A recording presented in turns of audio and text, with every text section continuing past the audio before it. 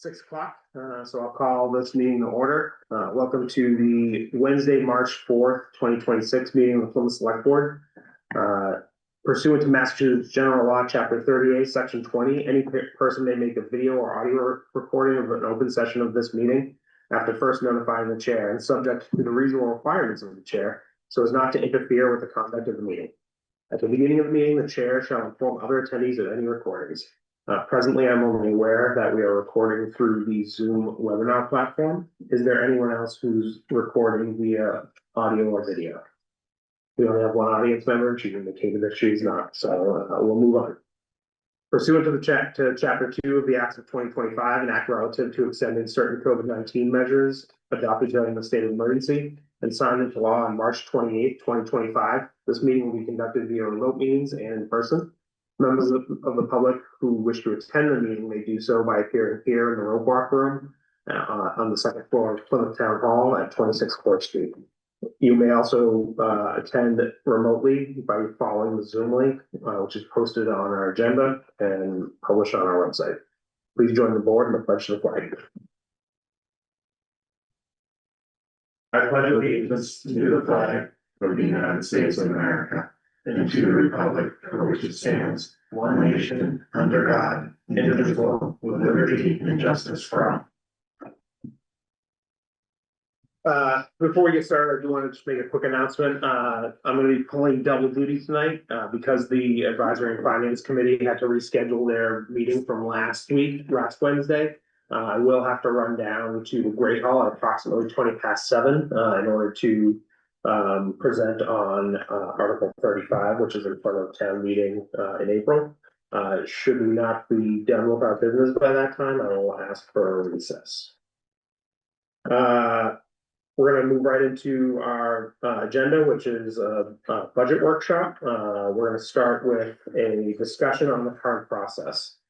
Mr. Town Manager, is that you or the Finance Director who's going to do this? I think, well, Lynn and I have talked about this in the past, and I think in one of our presentations, we outlined, the start of the budget process, which really begins in like late August, September. But Lynn, if you don't mind, just kind of giving the group when you guys start your work and with the certifications and things of that nature.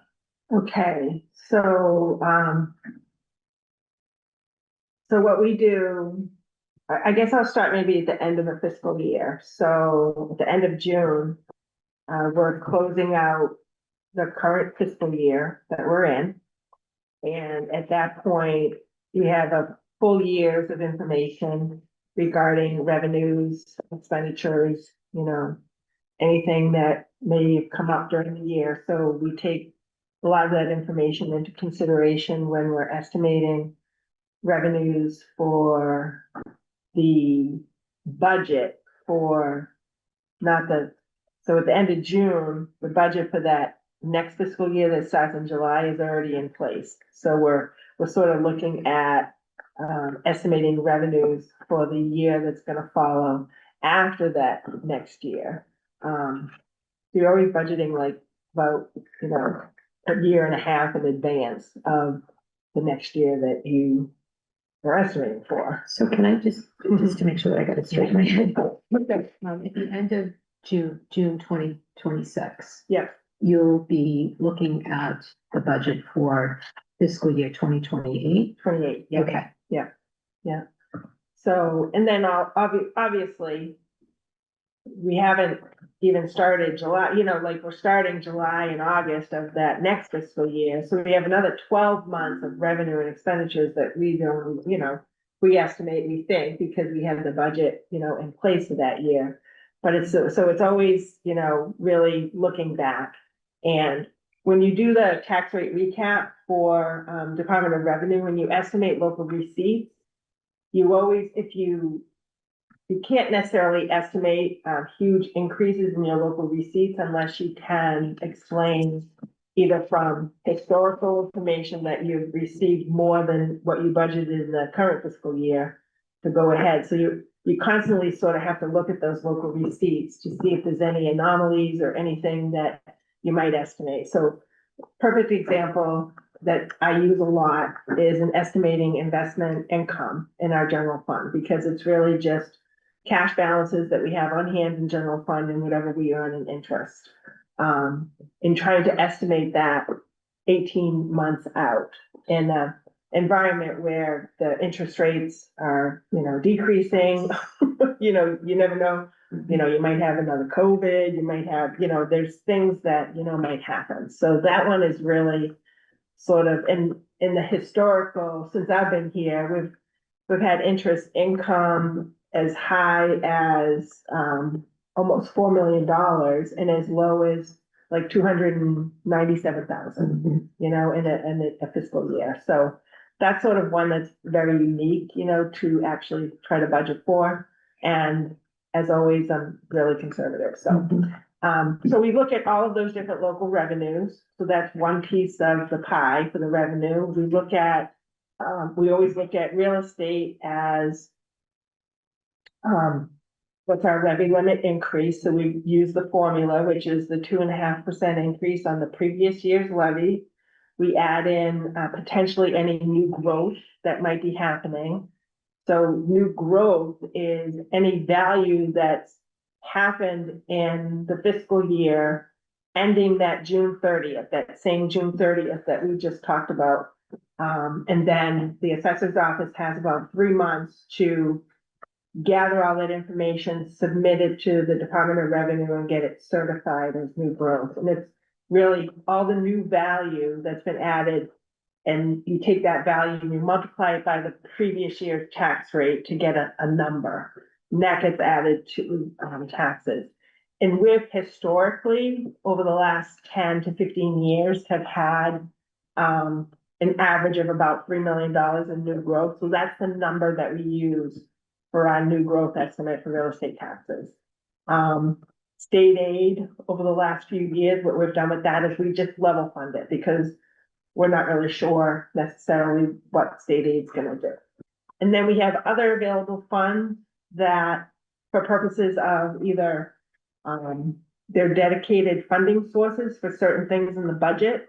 But we, identify all those special funds that we fund for the budget. So we come up with, this is what we think our anticipated revenue is gonna be for that next fiscal year's budget. So that happens all during the months of July, August, September. In September, I meet with the town manager.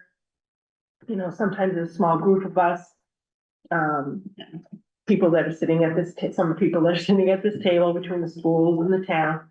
And we go over what those revenue estimates are and then come up with the formula of, splitting it between town and school based on any new revenues over the previous year.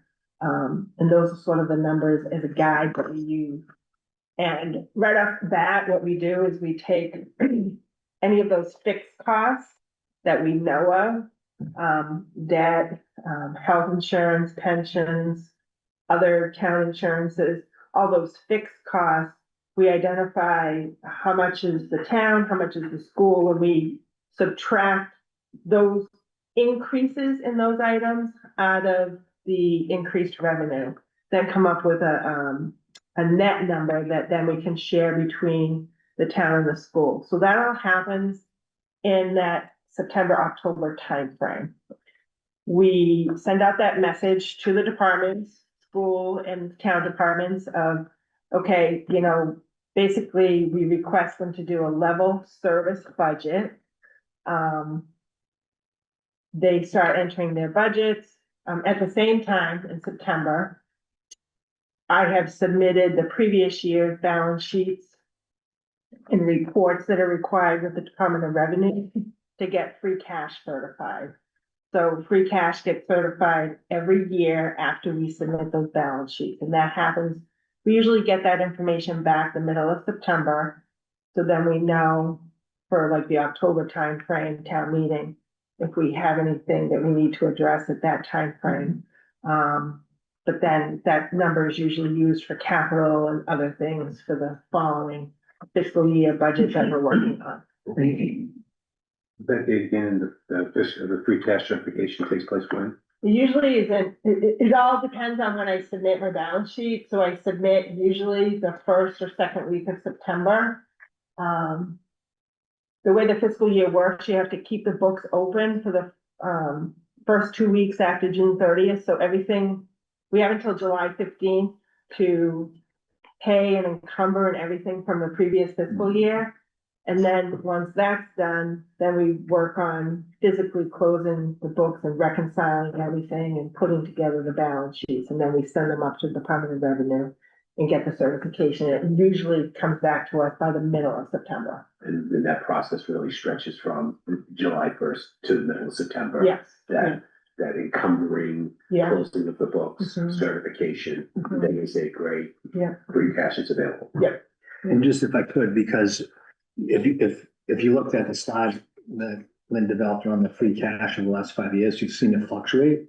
And one of the big factors, and I think in the fluctuation, is what Lynn mentioned earlier about, interest rates, right? So, or interest that we're gaining from our investments. So, some years, like I would think, if we looked at this year's in its totality, where the free cash came from, I bet a big percentage of that came from the interest received from our investments. So if we have if the economy is not doing well, we're not going to receive as much in free cash. So we developed free cash through a lot of different means, and interest gained is one of those. Yeah.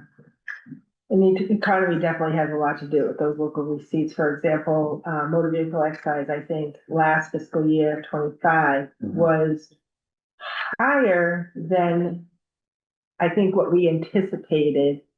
And I think, I'm not an economist, but I think that was based on our new president coming in and all the tariffs that were threatened. Because I think a lot of people went out and bought new cars prior to those tariffs, happening. So those are just some things, that happen. So I think now coming into this year, I don't know if we'll have such an increase as we did the year before, because maybe all the people bought those new cars and they're all set, So excise is tax is obviously an income Mhm. for the town. And free cash, Derek was just indicating that the interest rates at different times, is that where the free cash is sitting as you're waiting to get access to it? So what happens is, There is an interest bearing account it's in? Is that what you said? free cash, so in general. Yeah. All of our cash that we have in the general fund is in interest-bearing accounts. Okay. It's in interest-bearing checking accounts, it's in interest-bearing, savings accounts, wherever we can. Right. And it's everything that has, if we did a CD, it has to be less than 12 months, so it's, because you have to be readily available.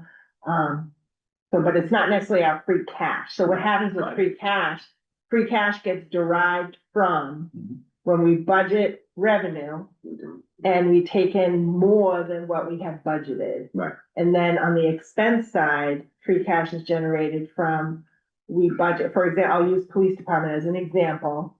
We budget for the police department, and if they had vacancies during the year, that money, that savings from that budget gets closed out to free cash at the end of the year. So it's derived from the revenue side of the budget and then the expense side of the budget. And any free cash that we didn't spend the prior year would roll forward and get certified in the new free cash. And that's where everything comes from, on the free cash. Yeah. And last year, fiscal 25, we certified at like 23 million. Half of it was from revenue and half of it was from the expenditure, almost like just right down the middle. Okay. So then we give that message to departments. In October, they start entering budgets into our system. We set up a date to meet with all the departments to go over their detailed budgets. Myself, my budget officer, and the town manager and assistant town manager sit with all those departments and go over their budgets in detail, go over their salaries, their expenses. They're required to do everything in detail, so during our review, we look at all that detail, look at any of the increases or decreases, and question them, ask them about, they've got a new contract for body cameras, they've got a new contract for tasers, those kinds of things. So looking at all those different things, then at the same time, the school is doing their budget, and I guess they can maybe talk separately from my discussion, but they're sort of in doing the same thing at the same time, you know, on their side. And then the town manager, we sort of know at that point, like when we're done with our budget process and the school's basically finishing up around the same time, right around November, December, that the town manager is recommending, but at that point to the select board of the school and town budget. And we've sort of been in communication with the schools and have come up with those numbers and it's worked out, you know, the last couple of years of, you know, where we're sort of all gonna land. And then that's the budget that's recommended to you in December from the town manager. That usually happens the middle of December. Yes, December 9th this yeah. past year. In this process that you just outlined starts sometime in October, where department heads are meeting with you and the town manager. Yep. Yep. Bringing forth, and then you guys are simultaneously going down the same track somewhere. Same Yeah. thing. Once we have that initial conversation with Lynn and Derek and we know what valuable revenues are there. Yeah. We give the same direction that Derek mentioned, to our cost center managers, principals, coordinators, directors. Start off with a level service budget. And then once we get that number, we have those meetings with each cost center manager. Individually, as groups, you know, by secondary, elementary, different, you know, curriculum to try to get to that number if we have to. If they're coming, if the service is a little bit higher than the available revenue, that's when we make those decisions. And we're pretty much done with that initial process mid-November. Typically, yeah. And then we have the joint meeting in January to go over the budget and, well, we usually give select board 2-3 weeks to review the budget and come up with your recommendation or changes. I think we try to schedule at least a couple of meetings where, you know, you could bring back, you know, conversations, you know, changes or whatever during that time frame, and then that's the budget. The select board recommends their budget to advisory and finance. On the school side, once we finish our budget process with our administrators in November, the first Monday in December, typically this year, we waited till the second. Because I think we were a little less certain where that number would be, so we gave you a little bit more time. But typically that first Monday in December, we schedule 3 nights in a row in the event that we need it. And at that school committee, it's just budget, and each cost center manager comes up and we go through department by department.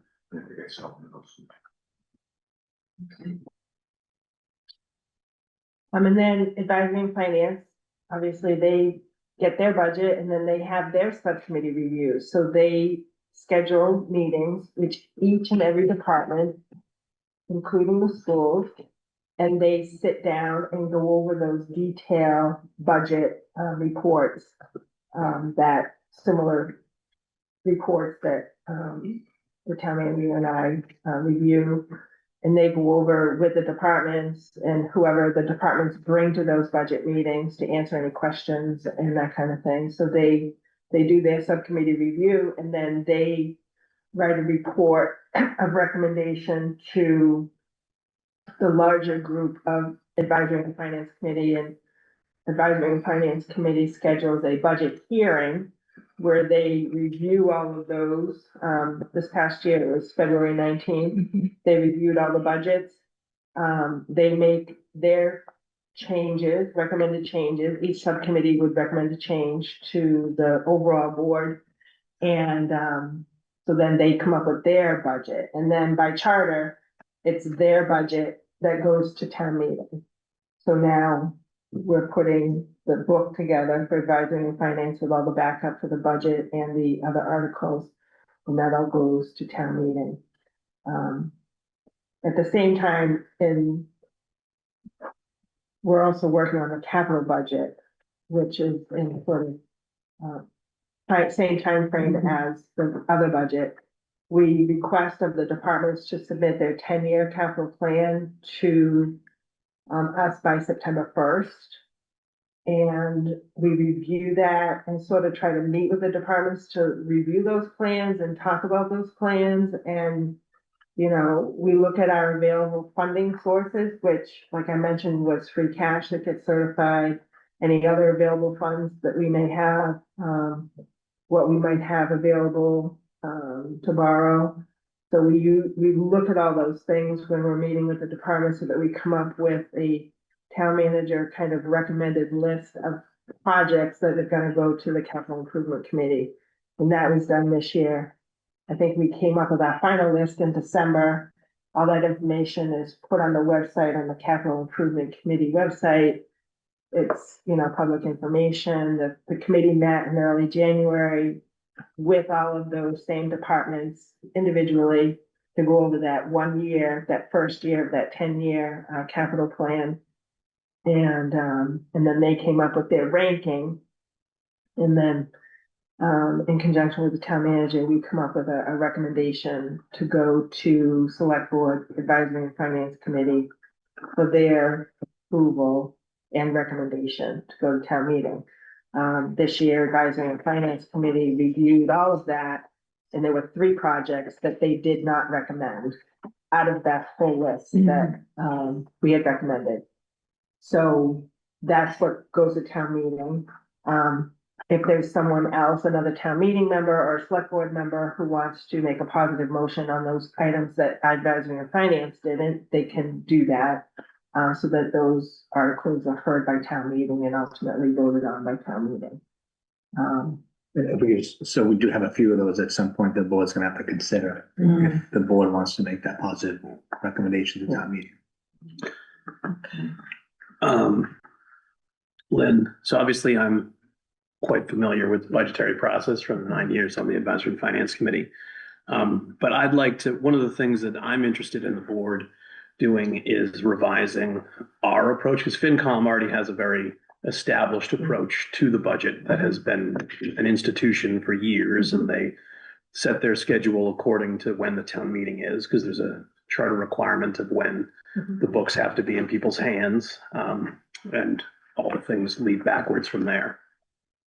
And I know that your presentation contained, or your narrative presentation contained a lot of these landmarks, but what I'd like to do is, like, theoretically, looking at, because FY 27's budget is right before us. So instead of looking at FY 27, because that horse has already left the barn in a lot of ways, looking at FY 28, and I know we do look about 18 months in advance, and I'm gonna ask the same thing of the school, so you're getting to cheat, but what I'd like to know is, like, in each of these months and those 18 months, when do you have information that comes in that either from the town or from the state or another source of federal, to the extent, or like typical grant application, in terms of like building and informing that budgetary process? Like, so for, and only in regards to FY 28, because I know you're dealing with like 3 budgets at one time. So just going month by month, in January of 26, what, if any, information do you have in preparing for FY 28? So what we do on a monthly basis, and we put these reports on our website under the finance department, financial report center, but we post monthly reports on how our budget to actual is doing in the current fiscal year. Right. So if we notice something, an anomaly, all of a sudden interest rates drop, 3% or something, like, we're gonna start to see that, we're gonna start to see those, that the budget is not coming in as to what we anticipated, or, maybe something with departmental revenue, like licenses and permits. I mean, factors that go into that obviously is, building around town, sometimes larger projects versus smaller ones, but sometimes a whole bunch of small ones add up to a lot more than what we anticipated. So we see like those things sort of coming in a little bit better than what we had anticipated. So I mean, every month we're doing those budget to actuals on revenue and expenditures, and those reports are put on our website, so you can look at them at any time. And with that, just interrupt, would that budget to actual in January of 26, would that be used to inform the July 1st, 2027 budget or more the July 1st, 2020? It's the 28 budget, because the Yeah. 27 budget, like right now, it's all done. Do you know what I mean? That's what I'm, so it's, So right, if because, if all of a sudden we thought, oh my God, one of our local receipts that we budgeted for next year is not gonna come in what we anticipated. right, So then I have to look at those local receipts to see, okay, do I adjust, one here, mhm, decrease this one, but I can increase this one because we have Right. a little bit more flexibility. So those things happen during the months of July, August, and September before we set our tax rate for fiscal 27. So we mhm, might have to make adjustments because DOR doesn't allow you to, I mentioned earlier about the local receipts, say we budgeted, $3 million for something, but it came in at the actual, because we have to report that to them, it came in at 2.7. Well, maybe in my budget, I thought it was gonna come in at 3.1. Well, mhm, it didn't. So now I'm budgeting, I have to budget 2.7. So then I have to find that other like 400,000 somewhere. Right. So we have to make those adjustments for the current budget that we're Right. in. And then those would be reflected in my numbers that we're looking at for fiscal 28 budget, mhm. And so those permitting numbers budgeted to actual run rate numbers, those are coming in monthly, and those Yeah. would be relevant to the FY 28 budget up through like, say, November or December of 27, because that's when you print these books in December-ish, right? Yeah, yeah. But then, and then that, because there's a budgeted to actual expenditure that's used in the budgetary review process to establish a run rate. Yeah, so that's for the expenditure side of it. Right. Yeah, Okay, yeah. so that would be recurring for every month through that November, maybe Yeah. December timeframe. And then we get notifications, I mean, I know I saw Chris chuckle, because we do get notifications during the fiscal year regarding any of our active grants or things Mhm. that we use for budgeting purposes. Mm-hmm. Um, And are those like at various times or are they at certain? it could be at various times, I mean, but usually during the state budget process, which is Mhm. going on right now, Mhm. if they were to cut like state aid to public libraries or to cut elder affairs grants, those grants are going to affect our library department and our Center for Active Living department. And they would get notified of those things, and that's gonna help us for our 28 budget, but it might make a unfortunate situation for the 27 budget, because Right, it right. hasn't Could be started in your yet, backyard, yeah, right. yeah. So those are the kinds of things that you have to sort of pivot on fairly quickly and try to figure out a resolution for that. Right, and so like for focusing again on July of 27, so the start of the FY 28, you'd have like the governor's budget usually is released sometime in January. And then looking at the legislative calendar, often out of Ways and Means of State and House, it's coming out of there sometime End of in March. May. Yeah, well, it goes into the legislature and then it winds through several committees and then Yeah. it leaves Ways and Means. Around May. Yeah, Yeah. right. Okay. When the governor's budget sometimes it doesn't pass until September. Right, yeah, I mean, as a Commonwealth employee in my day job, I get Yeah. periodic updates on the budgetary process that affects my agency. We haven't gotten our state aid notification actuals until like July. I mean, the last, I don't know how many years. July of that year, okay. So for 27, we won't know our budget number until July. Well, I mean, we have an idea of what's gonna be because of the governor's budget, the House budget, the Senate Yeah. budget, then the conference committee budget, we have an idea of what it's gonna be, but you don't really know until. But to Kevin's point about if we're preparing for FY 28, we're not gonna get the governor's budget until calendar year January 27. Right, January 27, and then Mhm. you don't actually get Ways and Means, which is a good idea of what it's gonna be until May of that. Currently, And we've already passed we've already passed on the budget. right, so later we'll talk about, I've filed some articles to move when town meeting is, move the election to accommodate that. So that we can have a more informed decision, particularly as finances tighten. But I think knowing these standardized or semi-standardized goalposts is helpful in sort of revising. Because I view it as, once we hand off in January the budget to FinCom, it's supposed to be out of our hands. I was on FinCom one year and the select board messed around with the budget after we had budgetary hearings and subcommittee meetings already. And that created a lot of confusion. So I think what we need to do is respect aspects of the process that are already established that affect others, and instead work from that. Just like FinCom works from town meeting backwards, we need to work from the joint meeting backwards, in my opinion. So for free cash, so you close your books every July 15th, or that's when you can keep them open to. You send them up. When do you usually get that certification back? By September 15th. By September 15th. Okay. All right. And what about things like the cherry sheet and all those? Well, cherry sheet is state aid. You're right. So, we don't get the final cherry sheet until like usually first week of July, last week of June, Right. for the fiscal year that's starting July. Right. And then, the millionaires tax, the quote unquote, is that just coming in the normal cycle, or is that? It's not something that comes consistently. It gets voted in it gets voted in the budget as to what they're gonna use it for. One year, we got it in our chapter 90. Yeah. And we got notified that Right. that's how it was coming.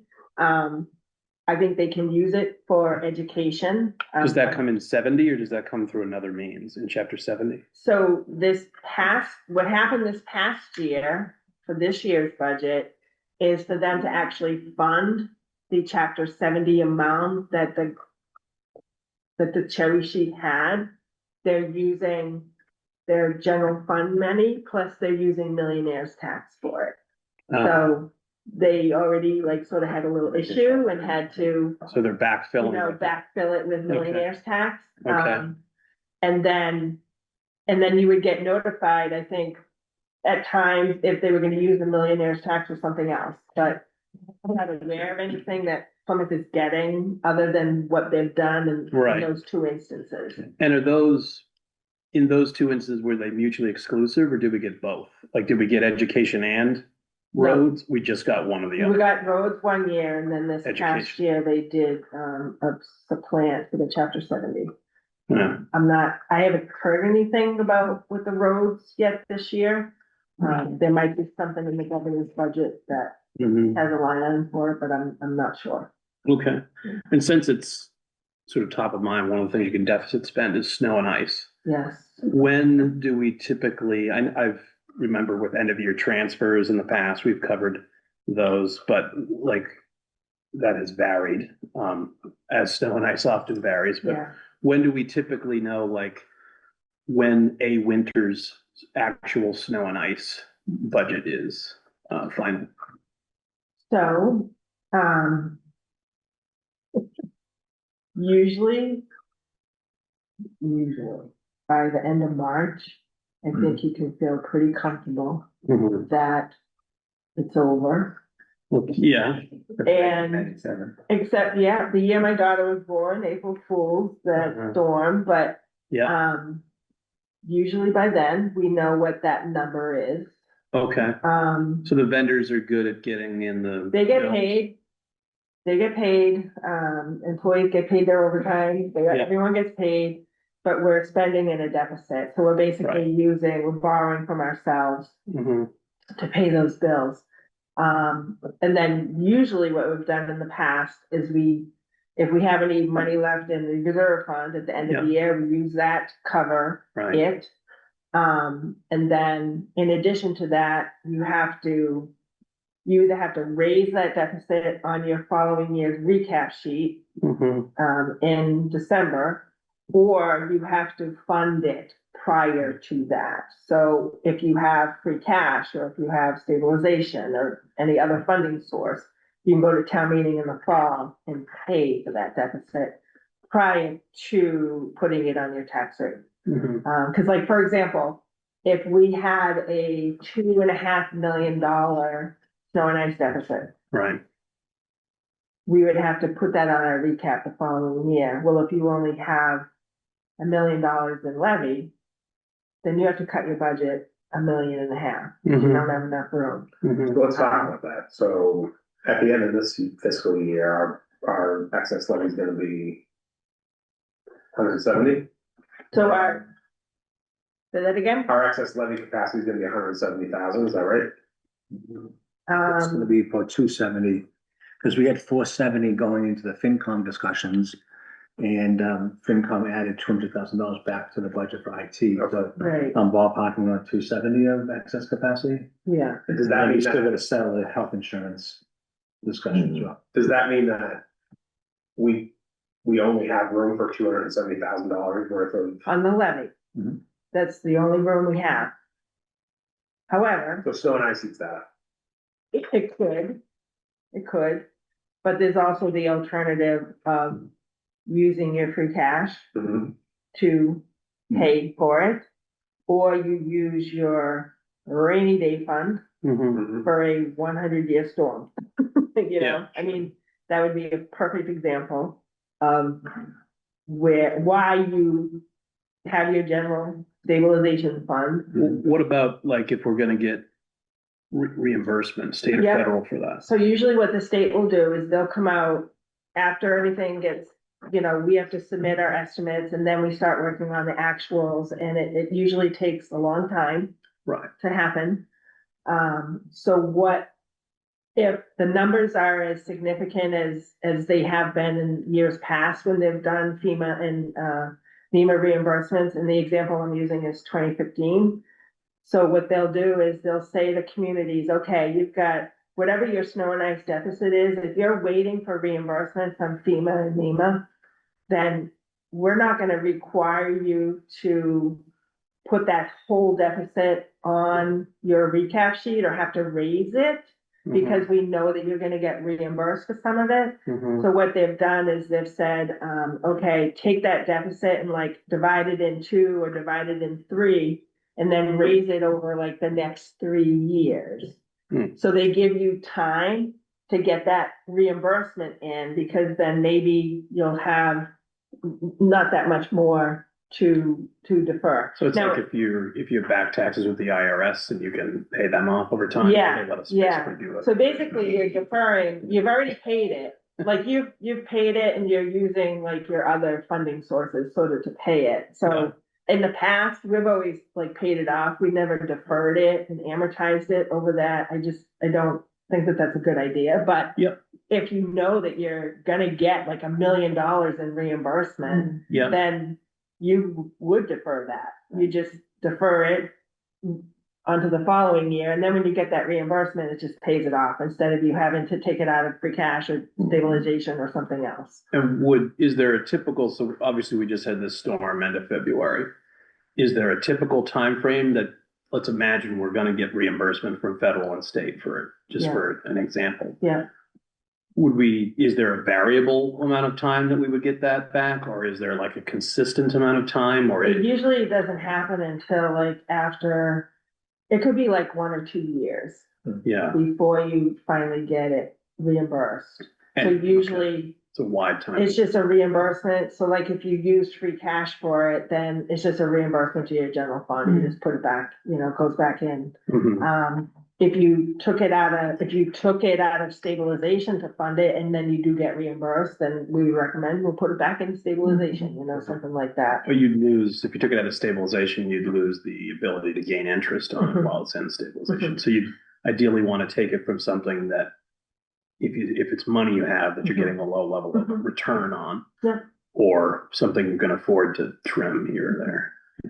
So we're talking a lot about reimbursement.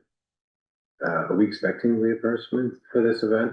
Yes, Okay. well, I think we'll know after Friday, so every city and town in Massachusetts by county has to submit an estimate of what we think it cost us, and we do that through our emergency management, operation. Right. And Plymouth County has a threshold that you have to, I think the number was 2.5 million, for Plymouth County, so I think we're gonna hit that level. Should be able to achieve that. I think, I don't know if Plymouth will do it for the whole county, but, we'll definitely hit that limit. And then at that point, they assign, okay, yep, everyone has hit that limit. Then it goes into like a separate process where then all the detail needs to be submitted and there's a lot of time frame that goes by. And then there's like a federal and state component to it. So, that's why I think it takes so long, to Yeah, get through the weeds. Yeah. But, yeah, and I know EOC and it's usually a 75% reimbursement of what's eligible. yeah, and I know that emergency management historically has done a very good job of making sure that we can get the maximum Yeah. return on that. Yeah. So that's very helpful. Are there any? I mean, I know that the school gets some federal. We don't have that much on the town side for direct federal. We have grants and Yeah, I things mean, like that I for think- projects, but We had about a little over, almost $2 million that goes to funding like operating, recurring operating budget items that we showed you in our budget presentation this year, but I know the schools is much more significant than ours. Yeah, we received about 3.5 million in federal entitlement grants, which we had a meeting with the commissioner about today. We're getting cut by about 10%. We don't get those figures usually till July though. July. Where we're working. in July of 20. July is the fiscal year we're going in. So the money for FY 27, we will find out this July Okay, what we're receiving. that's It's So, yeah. harrowing. Yeah. so just going back, so now it's March of 2026. So as of January 2026, information is coming in giving you, the actuals of the budget we're operating in. Mhm, But it's gonna have an effect on July 1st building, the 2028 building. mhm, So you got two events that you just went over with Kevin, mhm. these tracks that you're going down. So each January, there's a series of events that happen, giving you information about your receipts. Well, we track them monthly, so we post the reports monthly, our budget to actual. Okay, The budget doesn't get solidified until the end of December when we set our tax rate. Right. So sometimes if you go online and look at our budget reports, there might not be a budget in the column, but you'll see the actuals. We track in the actuals every month. And then we go back and we update the report with the budget. so these events you're tracking, that these things are receipts. Mhm. uh, Like one, Companies you're working with and what they're Yeah. charging you, is it coming in on your estimates? right, one example that you sort of, it's always, it's always a crapshoot kind of thing, is motor vehicle excise. So Yeah. motor vehicle excise, the actual bill for 70,000 vehicles in Plymouth, it doesn't get sent out until March. Okay. Okay, so when you're looking at July, August, September, October, I mean, it looks budget to actual on that one, Mhm. looks horrible. Like Right. you think, oh my God, Yeah, we're not gonna get there. yeah, But then all of a It's sudden absent in of- March, It's absent. of the big one comes in. So Right. what's happening all those other months is the previous, those additional commitments that happen, because if you, buy a new car, or if you, Things on top of. things the dribble 70. in after that, yeah. Now during, you were mentioning that, the healthcare costs, Blue Cross Blue Shields in February, you start to hear from them about what their costs are looking for. Yes, so in February is our renewal with Blue Cross, but we see our claims every month. So Okay, we get a bill every month of what the actual claims are. Mhm. So we those are monthly, we track those monthly, In February, you renew. and then in February, we sit with Blue Cross and we go over those numbers That are coming in. that have been coming in, and at the same time, like October, November timeframe, I'm budgeting based on those actual numbers Mhm. from the current fiscal year and the previous fiscal year Right. to see what the trends are, you know? So the trends start poking up right Mhm. around that, and that's when you said, I think Derek said sometime in March was when he was getting information coming in from Blue Cross Blue Shield. Mm. He said March was when it had reached a point where you knew you were grappling with some, an elevated cost Mhm. as early as, but that happened in March. And that was Last year. I Last year, think March of last- 20, yeah. So what happened last Yeah. year, I mean, specifically, I think the GLP ones were having an Yeah. effect. Mhm. And it was just so like traumatic, that Yeah. first reporting of it, when they looked at like year over year. Yeah. You know, we were like, oh my God, Right. I mean, this is. What was sort of like- that? So that was coming in a year ago this time, Yeah. February and March? Yeah, Yeah. Okay. Yeah. What are you seeing this year? oh, Similar, yeah, same condition? yeah. So same 13-14% increases, is that? what- So what's happened with,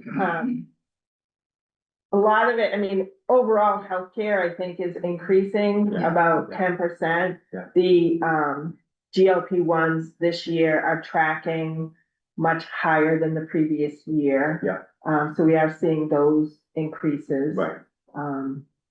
And, But Blue Cross Blue Yeah, I mean, Shield the is saying la- they're not gonna cover it anymore. Right, so That kicks in July first, that's right. and so everything changes then. yeah, What does it mean when what will happen then?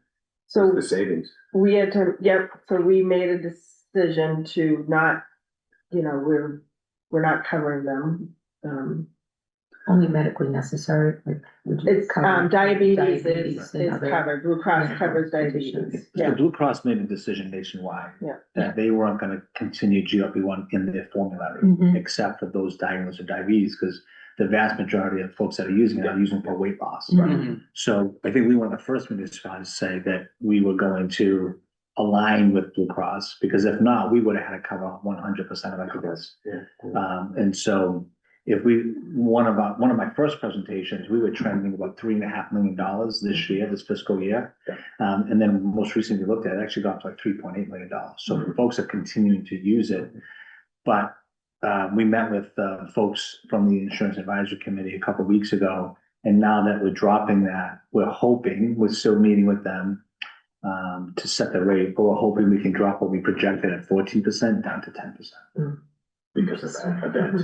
That was one of the because they're primary. not Yeah, covering yeah, that. it's, so just trying to get a handle on, what events are happening, as early as January, February, March of 26, as we get closer to July 1st of 26, where, the budget of 26 will be done, Mhm. and we're gonna be kicking on 27, which is on its way to Springtown meeting, and you were saying, these are the things that happen as of July. Mhm. And the building a budget starts out somewhere, you said, 18 months. Yeah, So that would take me to July 1st, so prior to July 1st. well, you gotta look at, like, that's why I think it's helpful to look at everything as if, just pretend we're a couple months before we are now, and we're looking at it FY 28. Yeah. It's 27, as the horses left the barn. Yeah. We still have enough time, the horse is sufficiently deep in the barn that we could do something about FY 28. Right.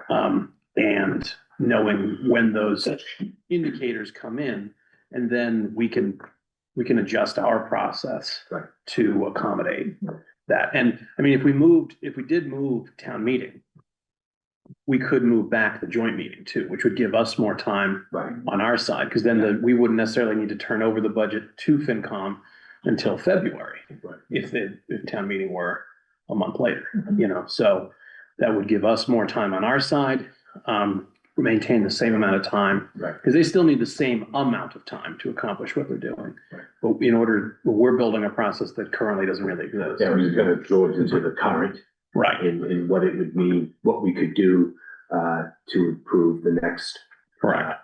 cycle. And, Right. and right now, there is a possibility for a special springtime meeting?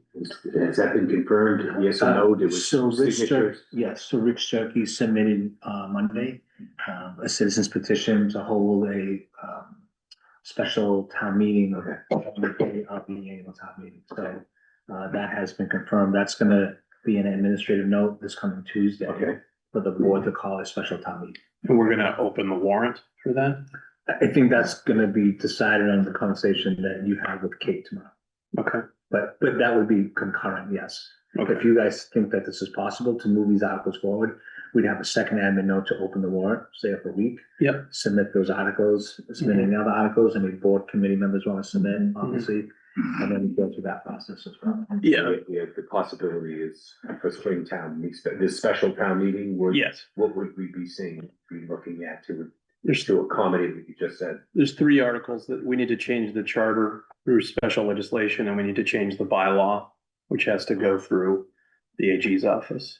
We need to change, I think, because currently your election happens after town meeting, because in theory, town meeting members are watching the FinCom meetings that are happening and informing themselves prior to walking into Plymouth North, right? So you don't want to have town meeting after the election, because then you would have some town meeting members that were not elected and weren't watching that process. So you need to move back the election so that everybody that's in there knew they would be there and was doing their homework. So we need to move the election back, I think, a month, and we need to move town meeting to at least, I put it in the article that I submitted to where the current election is, but left the proviso that is currently in there that it could be adjusted within the month of May, because currently it can be adjusted within the month of April, which is what we did this year to move it away from Easter. Right. Because certain years, it depends on where Memorial Day lands, because you could do it, I think the later in May you can do it, the better. Right. And you could, every October, you could strike that bargain, and then that could inform that process. Okay. But if you have depending on when Memorial Day is, you may want to have it earlier in the month of May, but Right. Giving as much time for as much information from the state to, and all the other factors to be present. I'm most interested in seeing this material come out, rather than, presenting the budget. Giving the select board the appropriate amount of time to digest this information during the holidays, and then have January to have a legitimate, have a focused discussion on it, undistracted. So it's one of the things that just observing the select board. One of the reasons why we'd want to push out town meeting, obviously, we're giving FinCom more time, we're giving town meeting more time, we're giving staff a greater view of the landscape. Right. Well, because right now, like having served on FinCom, like as Dr. Campbell said, there's the school budgetary hearing that you have in like the first week or thereabouts of December.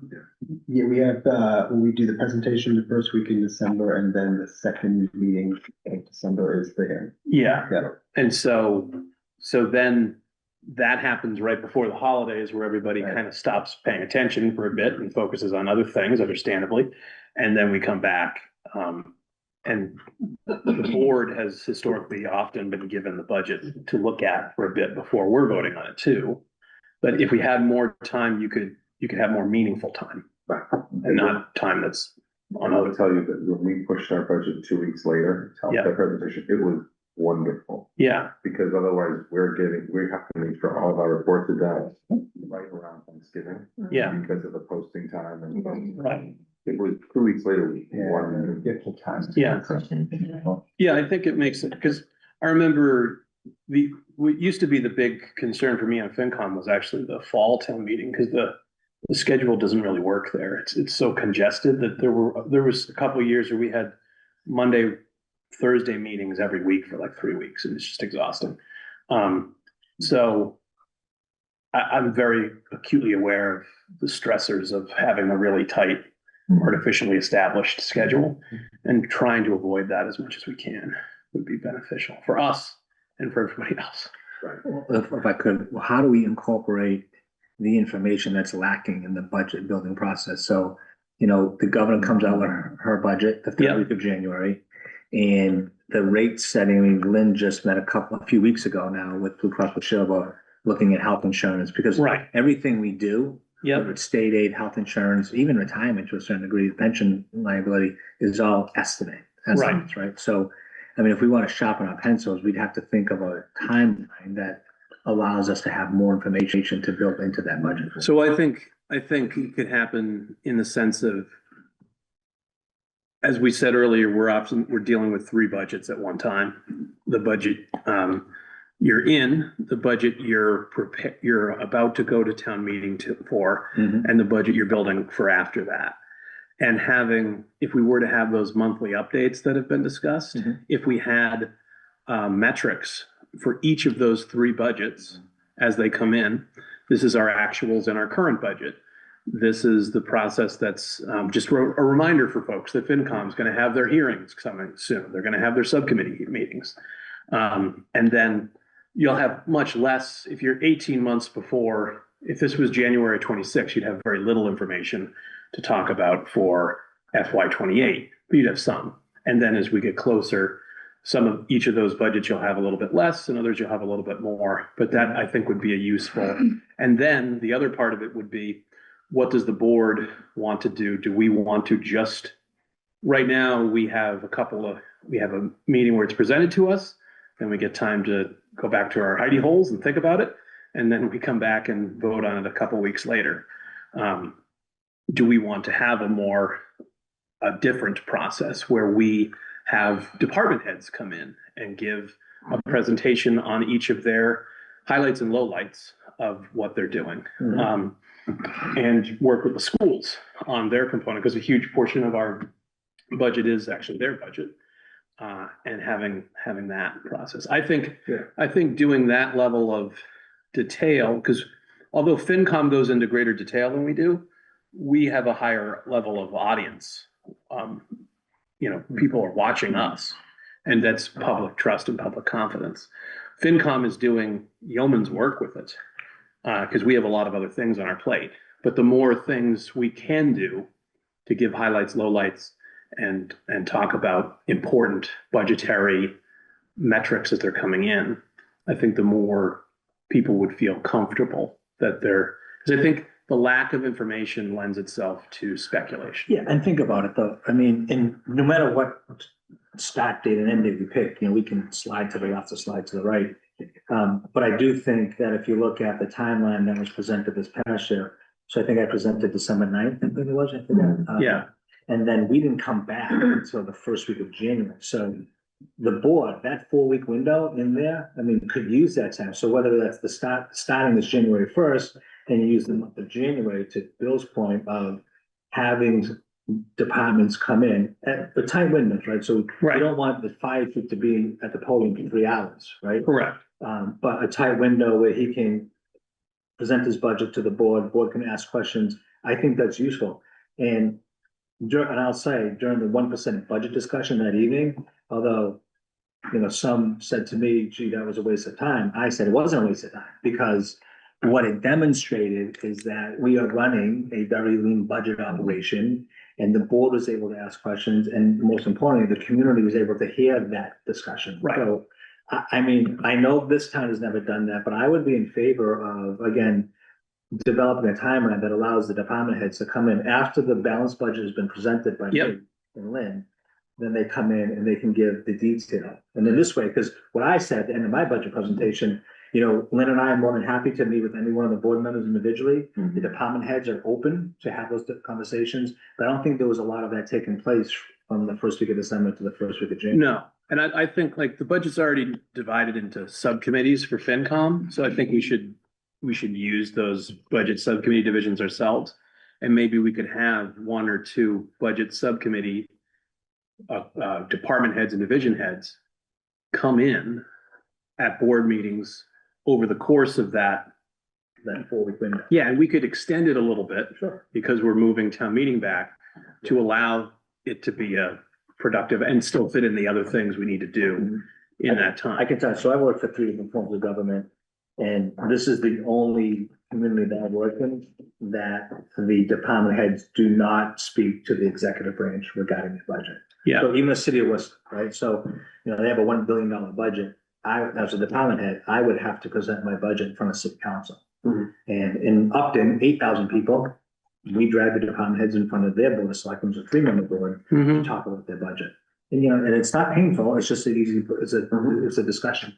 Yeah, and I think the first couple of times that it happens, you'll probably have people get more comfortable with it over time. Because FinCom members tend to have there's your veterans, your intermediate, and your novices. And novices are pretty quiet, and your veterans ask pointed questions to the things they care about. And then your intermediates are your more in depth because they know enough to want to know more, but they don't know all the answers yet. Sure.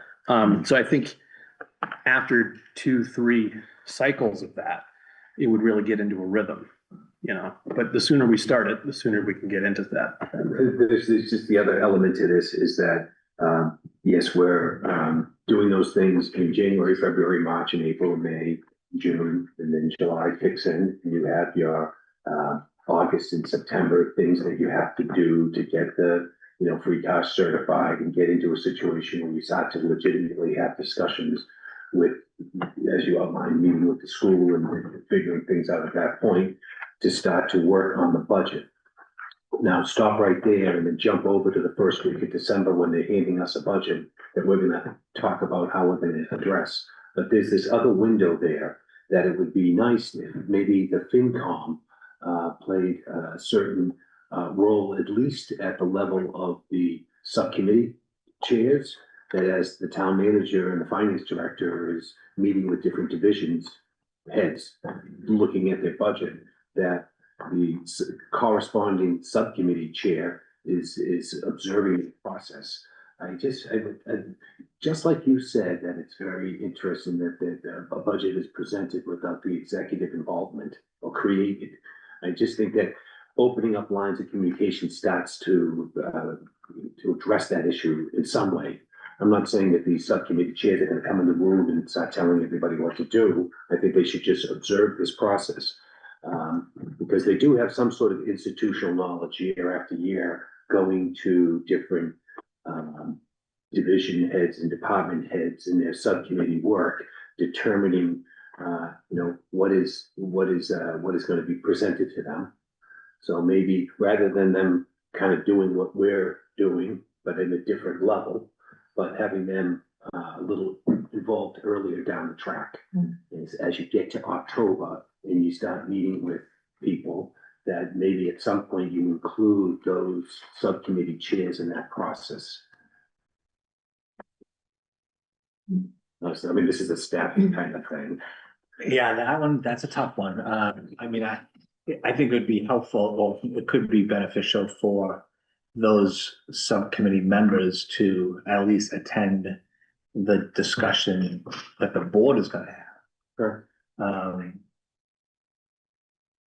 It's like everybody loves sausage, but people don't enjoy watching how it's made. You know what I mean? And so, I mean, I'll be honest with you, there's some difficult conversations with department heads in those meetings. There's a closed doors, and a lot of department heads don't like what me and Lynn have to say, because it's our job to present to you all a balanced budget. And I talked about in the 5 sheets and get 8 positions. That was not an easy conversation to have. Maybe that's not the environment to introduce the subcommittees to, because you need to walk in the room and roll up your sleeves and get to work as staff and do the work. But maybe there's a designated moment where staff and the finance director and the town manager sit down with the subcommittee chairs and say, this is what we've worked out so far. I think after it's been baked, I think we could definitely do that. And rolled into a case. I don't want to get involved in We still have food out. throw them into the cage. I think there's, I also don't want to speak for the advisory finance committee. Right. No, what they want to do. No. I think if they want greater involvement earlier on, it should be on them. Right. I did have a chance to attend a number of subcommittees and then talk to subcommittee chairs afterwards and talk about this process of being involved before that first week in December when it's dropped in front of us. That somewhere in between in that process, staff is reaching out to subcommittee chairs and say, this is what we're looking at. So I think it's also important that we don't over-engineer the process. Yeah. you know, which it would be great to have as many conversations as we possibly can, but we need to be really clear what we want to get out of each of those discussions and each step along the way. Yeah. The other thing I'm thinking about as I'm listening to this conversation is how do we use this new process or revised process to address, and I'm going to use the word fiscal cliff, oh, I hate it, that's looming out there that the community is very concerned about. So we're talking about presenting the balanced budget. And using this whole new re-engineered process as a communication and change management approach as well, right? Because if we do need to make some really tough decisions, we need to bring the community along and they need to understand why we're doing that. So I'm wondering, like, do we do something a little bit different and have the departments present? I know we have them present a level service fund budget. Do we have them also present like a level funded budget? Do we have them do so that we could compare the two of them and see what it looks like and use that as an education for not only for us, but for the community? Well, I think that's very important, that like process is all well and good, and I think there's a lot of good ideas here that Absolutely. will make our budget and process stronger. But taxpayers care about one thing and one thing only: what's my tax bill? Exactly. So before we leave here tonight, and everything you said, I agree with. But I also want to know, like, what's the outlook for fiscal year 28, and then we have to then start projecting out beyond fiscal year 28. And I mean, if we're looking at the trend right now, to talk about the fiscal cliff, when I talk about a pending fiscal cliff, I'm talking about the complete evaporation of our excess levy capacity. When that's gone, what is next? So I want to know, like, where do you folks think that our excess levy is going to be in fiscal year 28? I know we're very early, but like from 100,000 foot level, what do you think is going to happen? What does that mean for fiscal year 29? What does it mean for our stabilization accounts? What does it mean for our free cash? Like, honestly, that's more what I want to know about than what the process is going to be. And I'm on board with what Kevin is trying to do for pushing things back. I think it makes a lot of sense for the community. I assume that your conversation is going to center around whether or not we can move the election with Kate. Is that where the sticking point is? Well, it's how to mechanically, because you'll have people that are currently serving and their terms would have to be extended, but that happened in COVID. Yeah. The election was moved. And it also happened in 2014 or 15, they moved the election. It was the same weekend as Mother's Day, and it was moved to not be that weekend because that was a bad idea.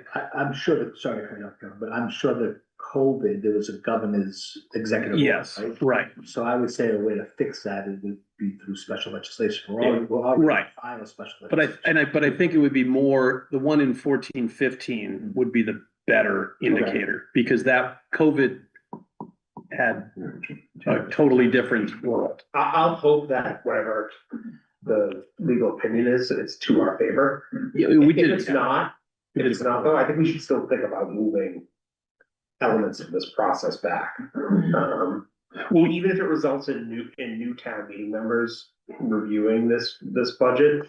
I mean, Kelly's not here, but I bet if we asked the town clerk, there's probably like an 85%, 90% for incumbents. So I think it's still worth pushing things back.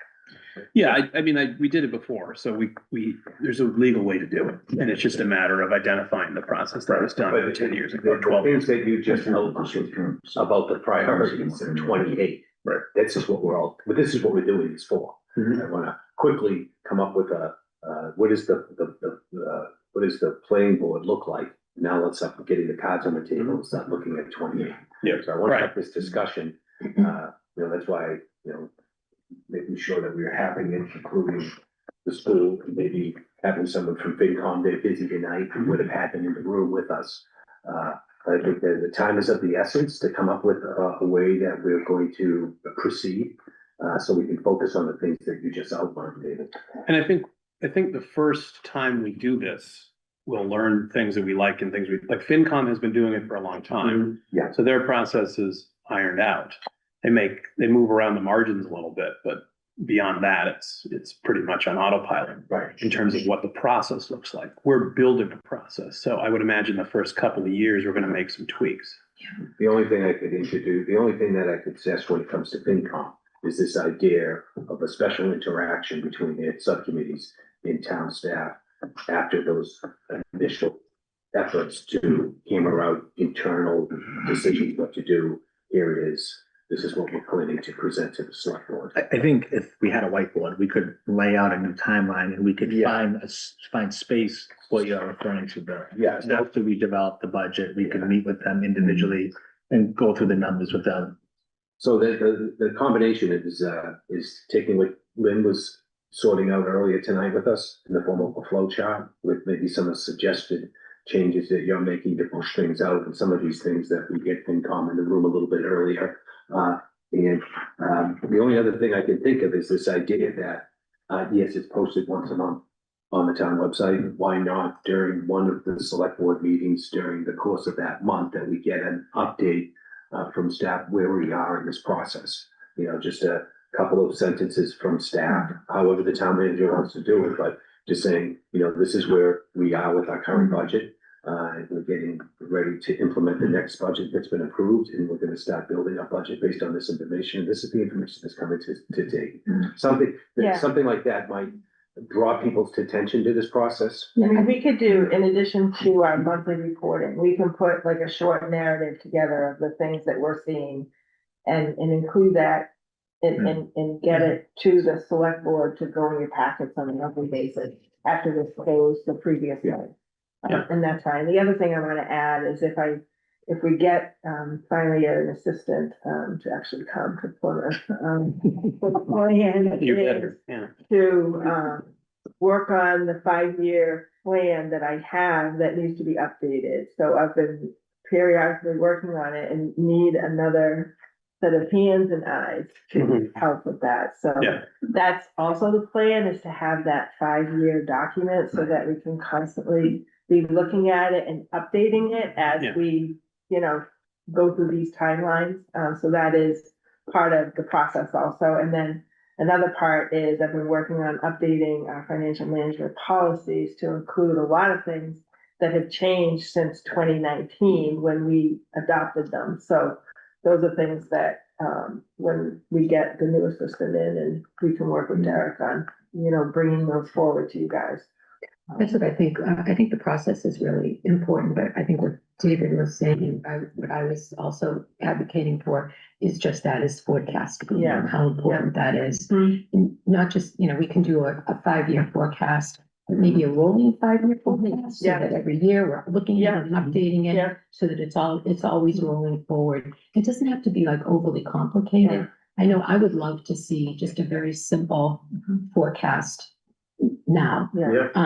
Not right at this minute, but Yeah. sooner rather than later. Yeah. To show just what we were talking about, like what is excess levy Mhm. capacity gonna look like? Yeah. What could it potentially look like? Not that we're gonna be making like major decisions based on that, but it could just be directional, and help inform perhaps hiring decisions, or, you know, can we sustain, Yeah. this new hire if we bring someone else on board now? Those kinds of decisions, I think, are really super important.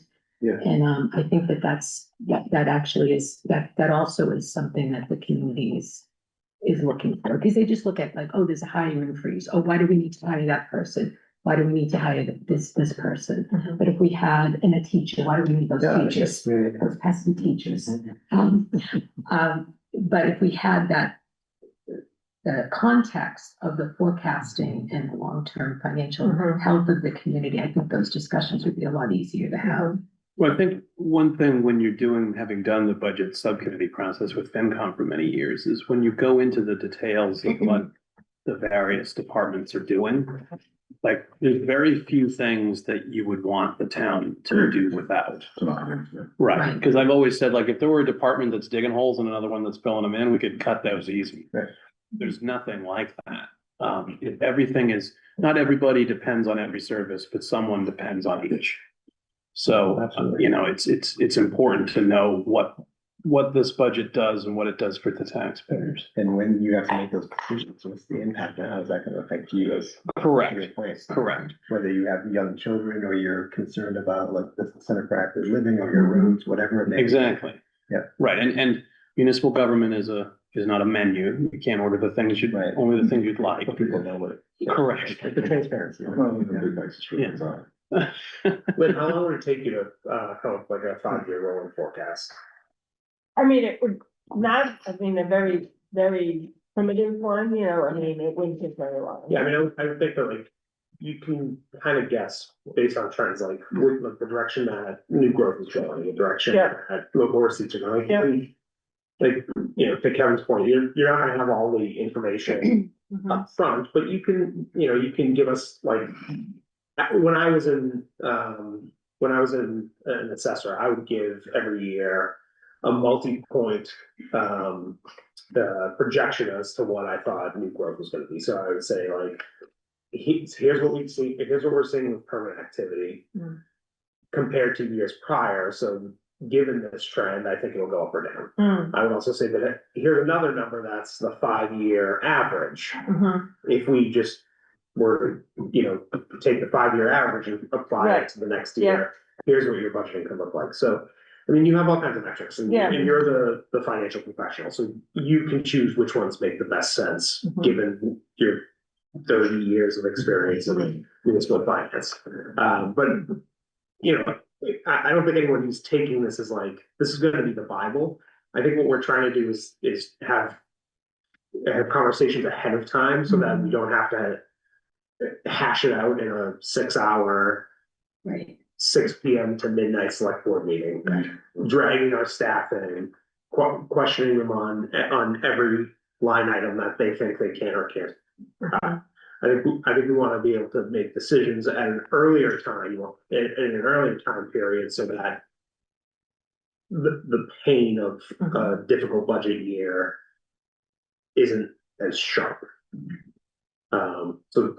Given that, what do you think you'd need in order to, so like, you know, forecasting new growth, you know, state aid, if you want to level fund that, whatever. Oh, yeah, no, I mean, that's quick, I mean, And then excess levy, I think is really, that's been the. I think the revenue side is the easier part, it's the expenditure side, Yes. that's not. Could you do historical trends for that? Oh, yeah, you could, yeah, But there's a Yeah, lot of, but- there's There's a lot of variables. There's a lot of things that you don't know. I mean, we have collective bargaining, you know, Right, I I was mean, just gonna that's say. the big one right there. Yeah. And, you know, you can do a 3-year, as long as you have your 3-year in place, but then But that's why it's rolling. at least you Yeah, know. right, that's why I was when, thinking to you know, accommodate contracts. and- when we finish the collective bargaining process, whatever. 19 to 20 months from now, Mm, when you start in the- it'll change the, Starts in January. it'll change the, you know, the year, so the new contracts will start in fiscal year. 28. Yeah. So you'll have to go back and revise 28 Mhm. forecast as Oh, yeah, no, we'll have to the go. bargain is settled. Yeah, Well, I mean, so like, assuming IAC, supports a 10% premium increase and the budget as developed by FinCom goes forward, I'm ballparking about $1 million in excess levy capacity, right? $750 health insurance and $250 we have, I mean, $1 million entering negotiations with, you know, 10 unions, I'm thinking the school side as well, is not a lot of money in negotiation. And so, and that doesn't include what health insurance could look like next year. If we see another 10% hit, you know, that $1 million in excess, Right, and it doesn't, like, if you have a bad state aid year, or if federal dollars dry up and it affects the state, and depending on how that happens. So I think there's a lot of known knowns, but then there's a lot of known unknowns, But you you can know? make assumptions and then just adjust them, or it's just about getting a, But getting a you snapshot. could, but I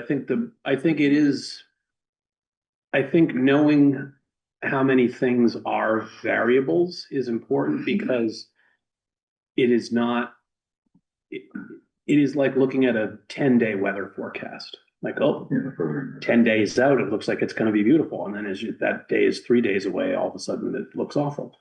Or vice versa, because of those unknowns, because of the shrinking of the coalescing of the various factors, we have less room than we used to have certain things. So it's like tuning a race car on the track. Like every nut and bolt that you're screwing makes a lot more difference than it does if it's in your grandmother's Corolla, you know?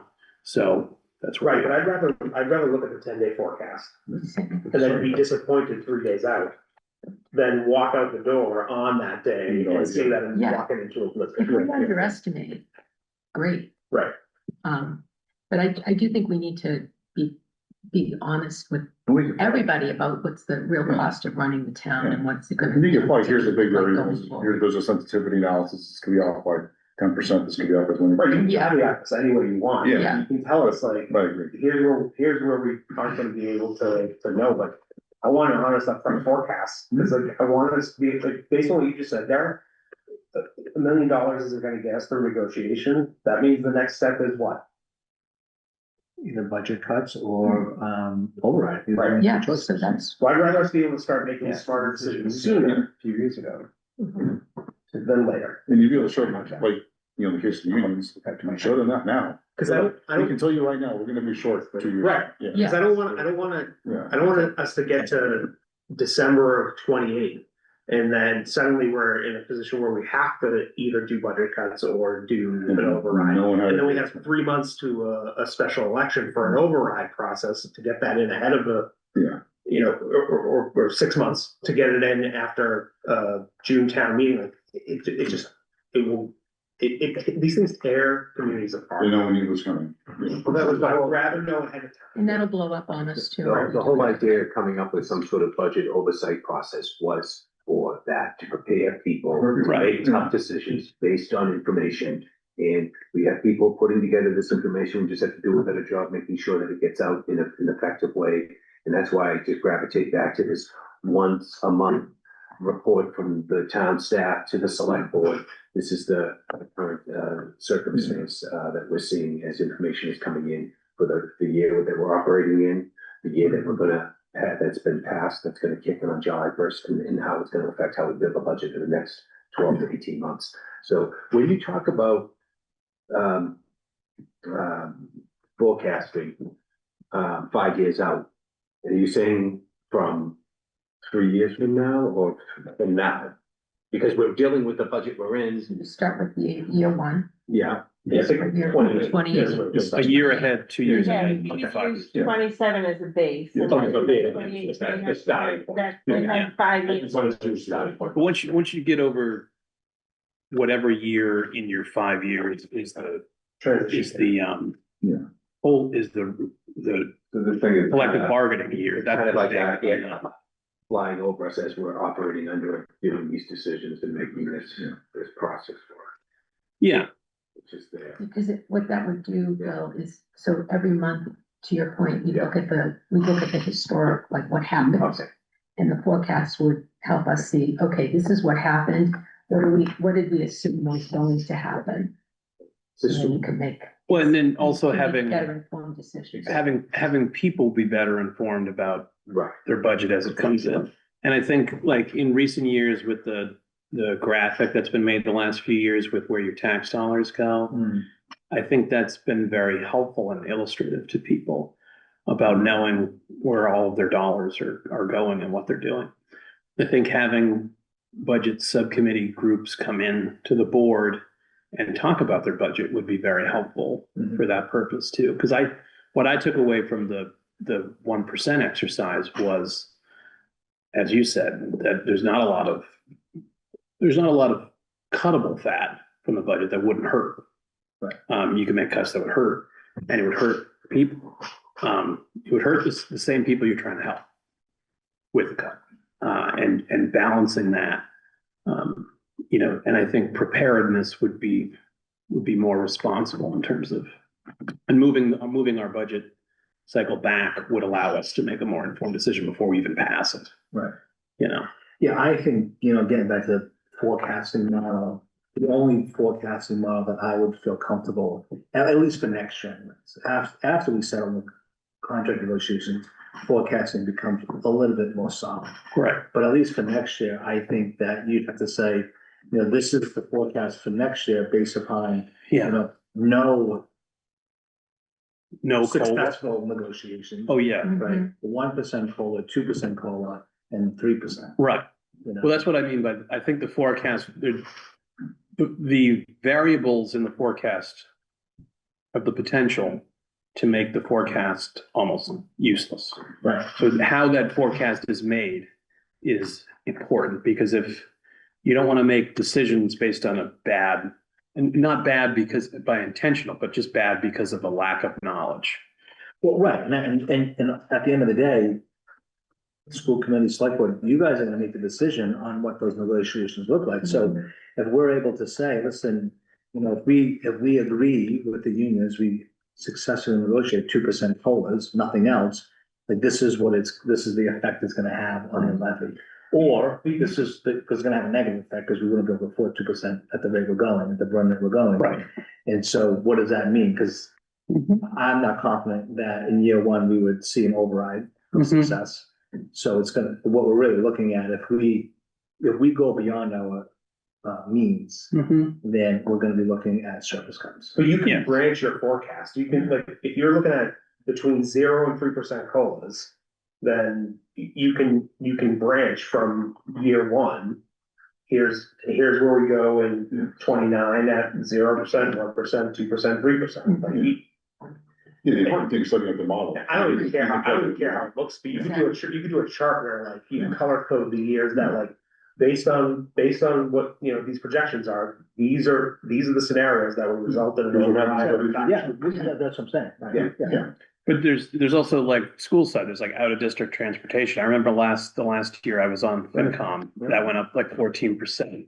Although it's the lowest. Yeah. Which And- averaged 1%. Right, 1 or 2, and then it was 14. And then, so there's those things that just randomly spike up. Right. And then, you know, you guys have some sense, but you never have 100% sense of like, you're at, what the needs of the district. And our special ed. Special ed, right. We are fiscally responsible for any student Mhm. that comes in prior to April 1st. Right. So if you come in March 30th, and it's a residential placement at $300,000, but we've already passed our budget, we have to come up with $300,000. Well, we have the averages, you can't, I mean, you know, there's gonna be some losses, you can't be out that this is what, based on what we know, and. Right. Yeah, Yeah. it's a living document. It's not, Right, you yeah. know, you just put on the shelf. Yeah, we're never gonna know for sure. Yeah. No, I just think it's important to put out on Front Street that the more you know, the more you realize that you know less Yeah. about certain And things. that's not necessarily a bad thing. I mean, I've been here a little over 4 years now. And my concern 2 years ago was school transportation. Right. You know, like that being the budget buster. Right. And I haven't it, thought about it this year. Because I'm right, so worried because about- there's other problems. Yeah, Right. it is a You know, problem. but yeah, it's, it's I mean, this is a problem, I mean, Chris and I haven't talked much about this year, but we know this is gonna be something we had, next year, right? Right. The year after. maybe, Right. So, Yeah. Yeah, there's always another mole on the horizon to whack. Yeah. We're in negotiations right now with the lowest bidder right now to try and bring it down, what they proposed. I should be getting a recommendation within hopefully a week or so from the contractor that we used for. Right now, I think it's the best bet is to still below, an outside contractor. Not necessarily, I think we could save money in the today. But when we look at the long term, when you're starting now looking at insurance and you're looking at pensions and so forth, that's where it might. I think you would get the savings in the special ed out of district Yeah. transportation, because we can get we can do that over time, we can get a fleet of vans, we can cost share with communities that Right. 3 and bring our costs way down, so that's something that We could also make them predictable, as Yes. even if a given year, even if it is higher, at least it's predictable. Yeah, whereas right now you're beholden to the ebbs and flows of Exactly. people moving in and out of the Yeah. community. Yeah, And now I think we can probably purchase vehicles within our own budget. Use our operational budget to do the purchasing, to then Yeah. take over it and bring our costs down, cost Yeah. share, bring that down further. that would make a huge, We yeah, invest those savings into it, so Right. we're using the money we have to to bring our Snowball. which is, how much is that? Especially, 3.6? it's about 3.6. 3.6 million, so, I mean, if we can get that down by a million, Yeah, it's good. and the more you get it down, if you leverage the savings to and reinvest in it, the more you can get it down, right? And it's easier to repair. Going on the repair, it's easier to repair a van like that than it is to repair a 71 passenger bus. Mhm. And essence, it's cheaper, and it's like one of our own vehicles. Yeah, It's cheaper to repair one of those than it is yes. to deal with $135,000 bus. Uh-huh. That's a huge capital. Right, Piece for right. And then the repair costs that go along with that. Yeah. No, I think that makes a lot of sense, because it's a huge cost driver for me. Yeah. And I think too, working closer with our state delegation about, It's been great. yeah, and we've done that in the recent past, and it's made a big difference. We've given some testimony to bills that would help you guys out, us out, everybody out. I think that would that's a huge Do that for Yeah. sure. Yeah, potential for success. and there's some, we've been working with the some different models that would be more palatable to the entire Commonwealth, and not just the town of Plymouth. Right. Yes, please vote. Please vote. Twice as large as the second largest community, I believe, in Massachusetts geographically. Yeah. So really just looking at, like, there are a lot of rural communities that spend way over the state average Right. in transportation because of their conditions. So Right. if we can find other communities that are similar and try to get a bill that could be passed to get some reimbursement. Right, and making Beacon Hill realize that not everybody lives in Suffolk County. Yeah, that's good. That'd be helpful.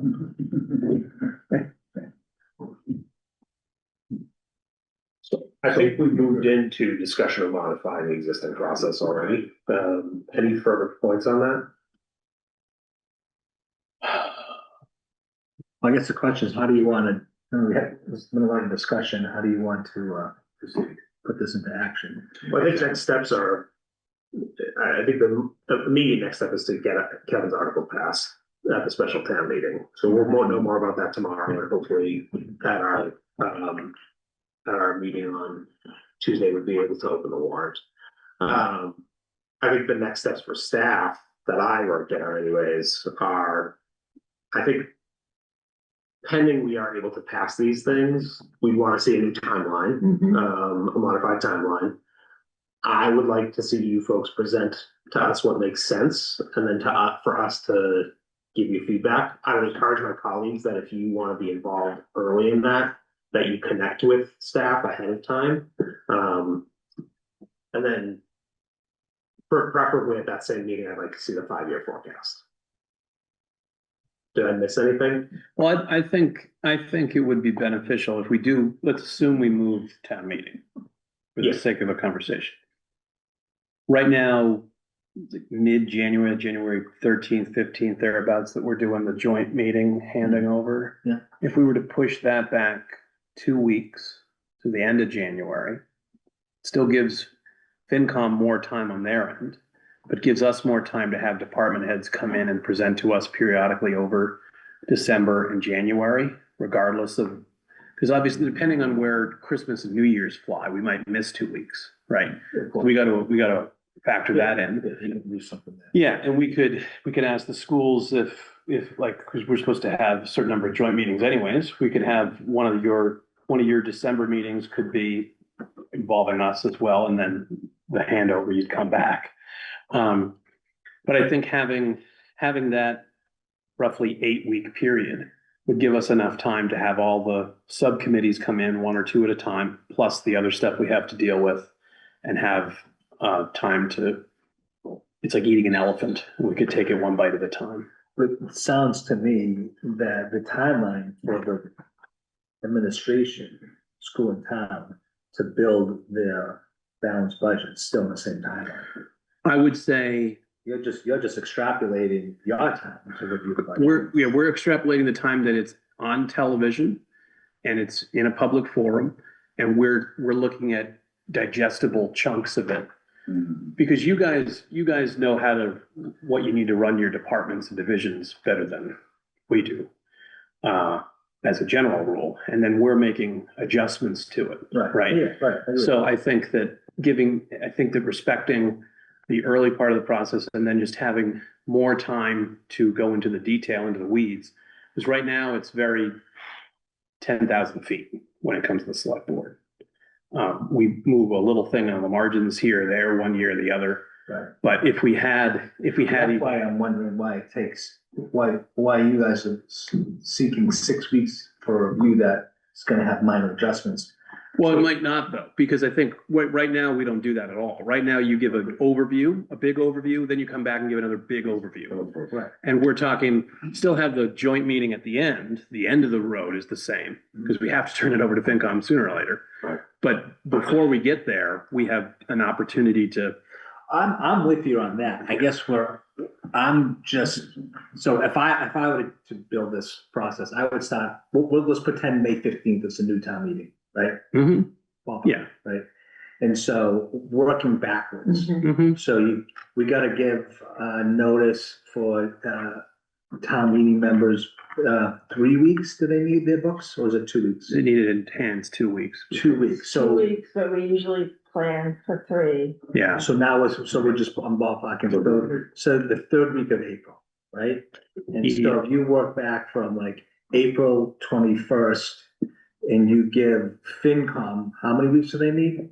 They don't need more than 4, right? 4 to 5, depending. So we'll just say April 21st down to March 21st, right? We're turning it over. So in theory, mid-March should, in my opinion, should be the joint select board and school committee meeting where they hand it off to, well, I say tri-board meeting where they hand it off. So now you're mid-March. Now,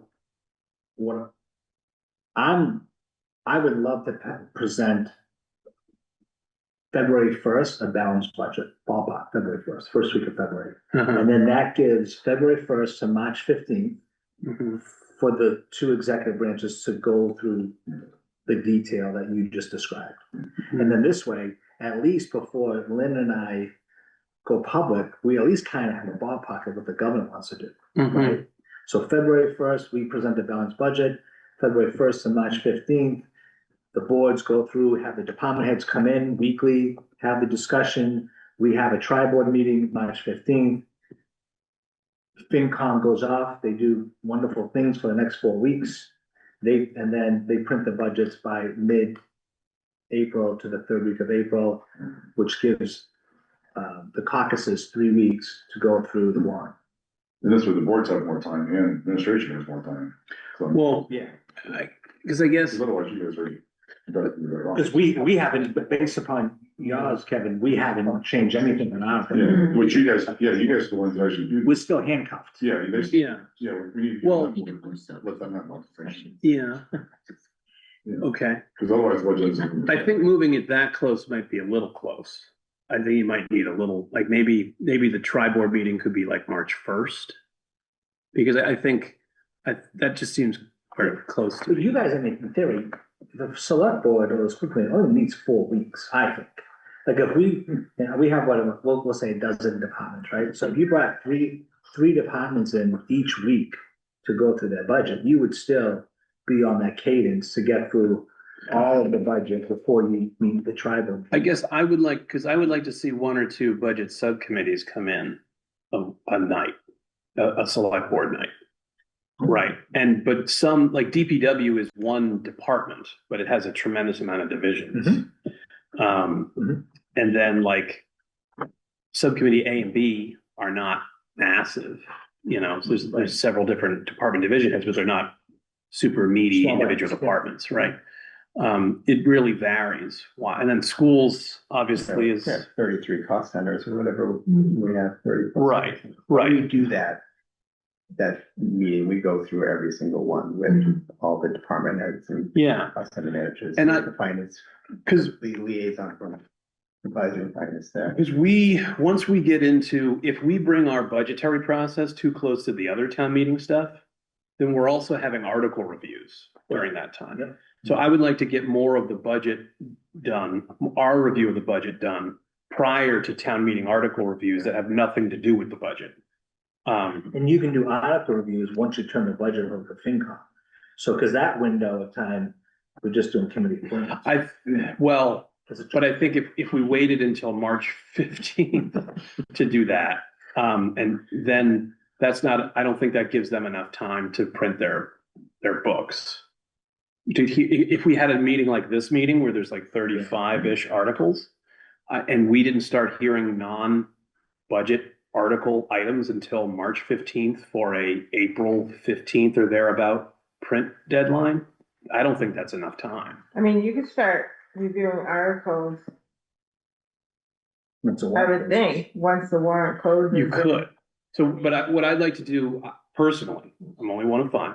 What I would like to do is front load the budget process and then start reviewing non-budget related town meeting articles after that. But hasn't the point, hasn't been the basis of this discussion mostly been giving these folks the most amount of time possible so that they have the most amount of information to build the budget? But they're not, so You just flip it, you could just do, you do non-budget items ahead of the budget. you could, but I think the real meaningful information is the state aid money that comes later. And that comes so late in the process that, January, third week of yeah, January. you're never gonna have that for that. You have The it. governor's budget. The You have that governor in comes out with Right. her budget the third week of January at the MMA conference. Ideal. Right. And Yeah, and some years that's illustrative, but some years it's not, because the House and the Senate give us more or less. So I think having it, either way, it's later, it's a bit later. It's just a Would there matter be of an when. appetite to meeting more than once a week? I don't have a problem with that personally, Just but have a for these 3 weeks, we're gonna meet Tuesdays and The Thursdays. two budget sessions on Just do Thursday. budgets, yeah. Yeah, you're right. yeah, you could, I mean, I think if we do meet twice a week, the more important matters should remain on Tuesdays, Sure. because that's when people are used to tuning in. So budget on Tuesday. And then articles You're in double sessions on Thursday for your licenses and your, public hearings and stuff like that. Okay. I don't have a problem with that. I just do think, right now, the budget is brief because of the time frame. But if we keep having the article reviews concurrent with it, it's gonna also degrade. I think I'd like to see the town staff present us with a timeline that makes sense for them. It gives them the time they need. I think they've heard enough from us. Yeah, brainstorm or I workshop. think they've heard enough from us about this idea of what we're trying to achieve. Yeah, I What think they're they're- trying to achieve, and hearing enough from us, maybe they come back with this timeline or flow chart, however you wanna show it.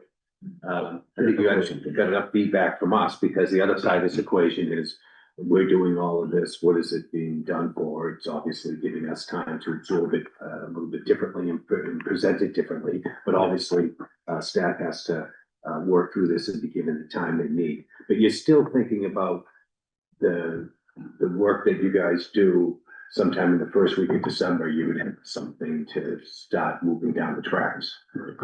You were saying, typically right now, it's the second week of December that you present the board with the budget. Would you still be on track for a second week of December to What I was saying, that if we're going to do all move this? town meeting to May. Yeah. Then that would we would want to take advantage of that time On the other side of the. to help build the budget to be more. Yeah. informed. Very intentional with what we're. Yeah. So we wouldn't be seeing something until after the holidays. That's right. I think that's fine. Yeah. And so what we can do though, we can come up with that timeline working Mhm. backwards. And then once you get, the 4-week, 5-week windows of everyone having to do their work, we can always move it to the left or to the right. Yeah, That's a sliding scale, right? So, Yeah. If we come back and we say, February 1st is when we want to present the budget and you would rather us present it, move it a little to the left to January 15th, we can move it. But I think it's really good to understand the milestones that have to be achieved. and the Yes, time yeah, in between. that's, I think, the important part of the 18-month calendar, as well. Yeah, I think that would be important. Yeah, so we can do that. When would we want to circle back and? Well, I would say, I think it's important to look at what's a realistic calendar in a theoretical year for budget subcommittees, one or two of them to come in over a 6-7 week process, leaving a little wiggle room in case of a holiday that messes it up. Yeah, or a surgery or something like that. You don't want to be constrained in that way. And then looking at, based on the text of the articles, if this eventuality were to be an option, what would that time frame be to fit that in? So maybe in like 30 days. Yeah, I think, we'll have more information whether or not we're going to move forward at the special town meeting. And just because we haven't brought it up, not having a special town meeting warrant helps everything we just discussed. Because that's a self-inflicted wound that this town has been doing to itself for 100 years, where you have an annual warrant and then you go through the entire process and then say, that was so enjoyable, let's do it again this spring. Right. So then they do it again with the special town meeting warrant. So the fact that we made a deliberate decision this year not to have a special and load everything up on the annual prevents that second process. Yeah. No, I think that's a benefit. Yes, the second town. I'm very proud of you right now, Bill. Okay, I think we have the next steps lined up then. Okay. To answer your question, Derek, I think we'll know more at our meeting on Tuesday, but 30 days right before town meeting. So.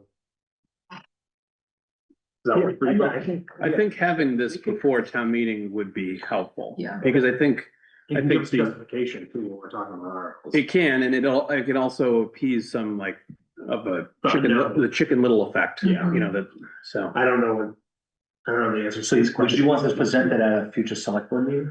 Yeah, I think I so. think so. Yeah. This in the forecasting too, right? This in- If the forecasting isn't possible for 30 days, this is more important. Yeah, For the purposes of town meeting. I would want to see the forecast though very soon thereafter.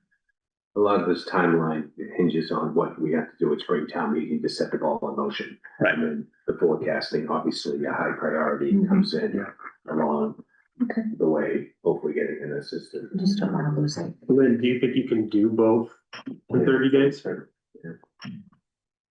Yeah, Great.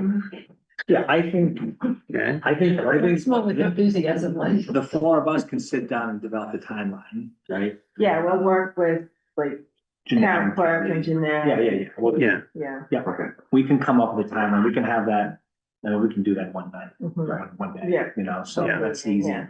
And then, Lynn and her new assistant can work on the forecasting model.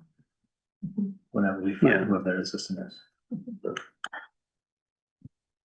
And how did, as a result of this discussion, we're gonna accommodate an actual select board meeting to hear this results of this. Okay. yeah, And the only thing I keep gravitating back to is these two concepts that I had. The one, as we adopt the timeline each month, taking the time out of the selectmen's town manager's report where we're getting an update on this process. And the other thing is trying to think of a way of getting FinCom involved in this process, the subcommittee level, and some sort of interaction prior to that final product being put on in front of us. And we can include that in the timeline. Okay, yeah. So Lynn and I will just put them on the calendar, so we'll pencil April 7th to do this presentation. Great. Excellent. Well, we're gonna go into goals next. There's select board goals that have nothing to do with the school, so No offense. you folks are welcome to You don't wanna stay. hear about 81 of them? I want them to read those. You want anyone, those you wanna hear? And Derek, I don't know.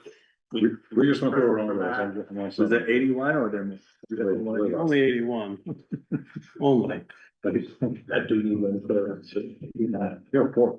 Lynn, you're welcome to stay. Yeah, oh yeah, it's all the stuff, but. That's nice, 4 goals. Well, there's a bunch of sub goals, but Yeah. it's 4 buckets. Okay. 3-year strategic. Thank you folks for being here. Appreciate it. Thank you. Feel better. All right, so, in your packets, you have, listed the goals that we have, laid out. Derek, do you want to say anything about this section of the agenda? Only that, you know, as we all know, every summer we go through a goal setting process and this is the first time we've been asked to provide an update. Jade came up with this really nice tracker. Jade sent this to the department heads to self-fill in. So this is coming directly. So what you see in front of you is actually drafted by each one of the department heads who are responsible for each one of their goals or objectives. You know, we're happy to answer any questions regarding any one of these goals. So the request was to rank these within each of the categories. How do folks want to go about this? I say we go. I'm gonna call a 15-minute recess right now. I've been called down to the Great Hall for 15 minutes.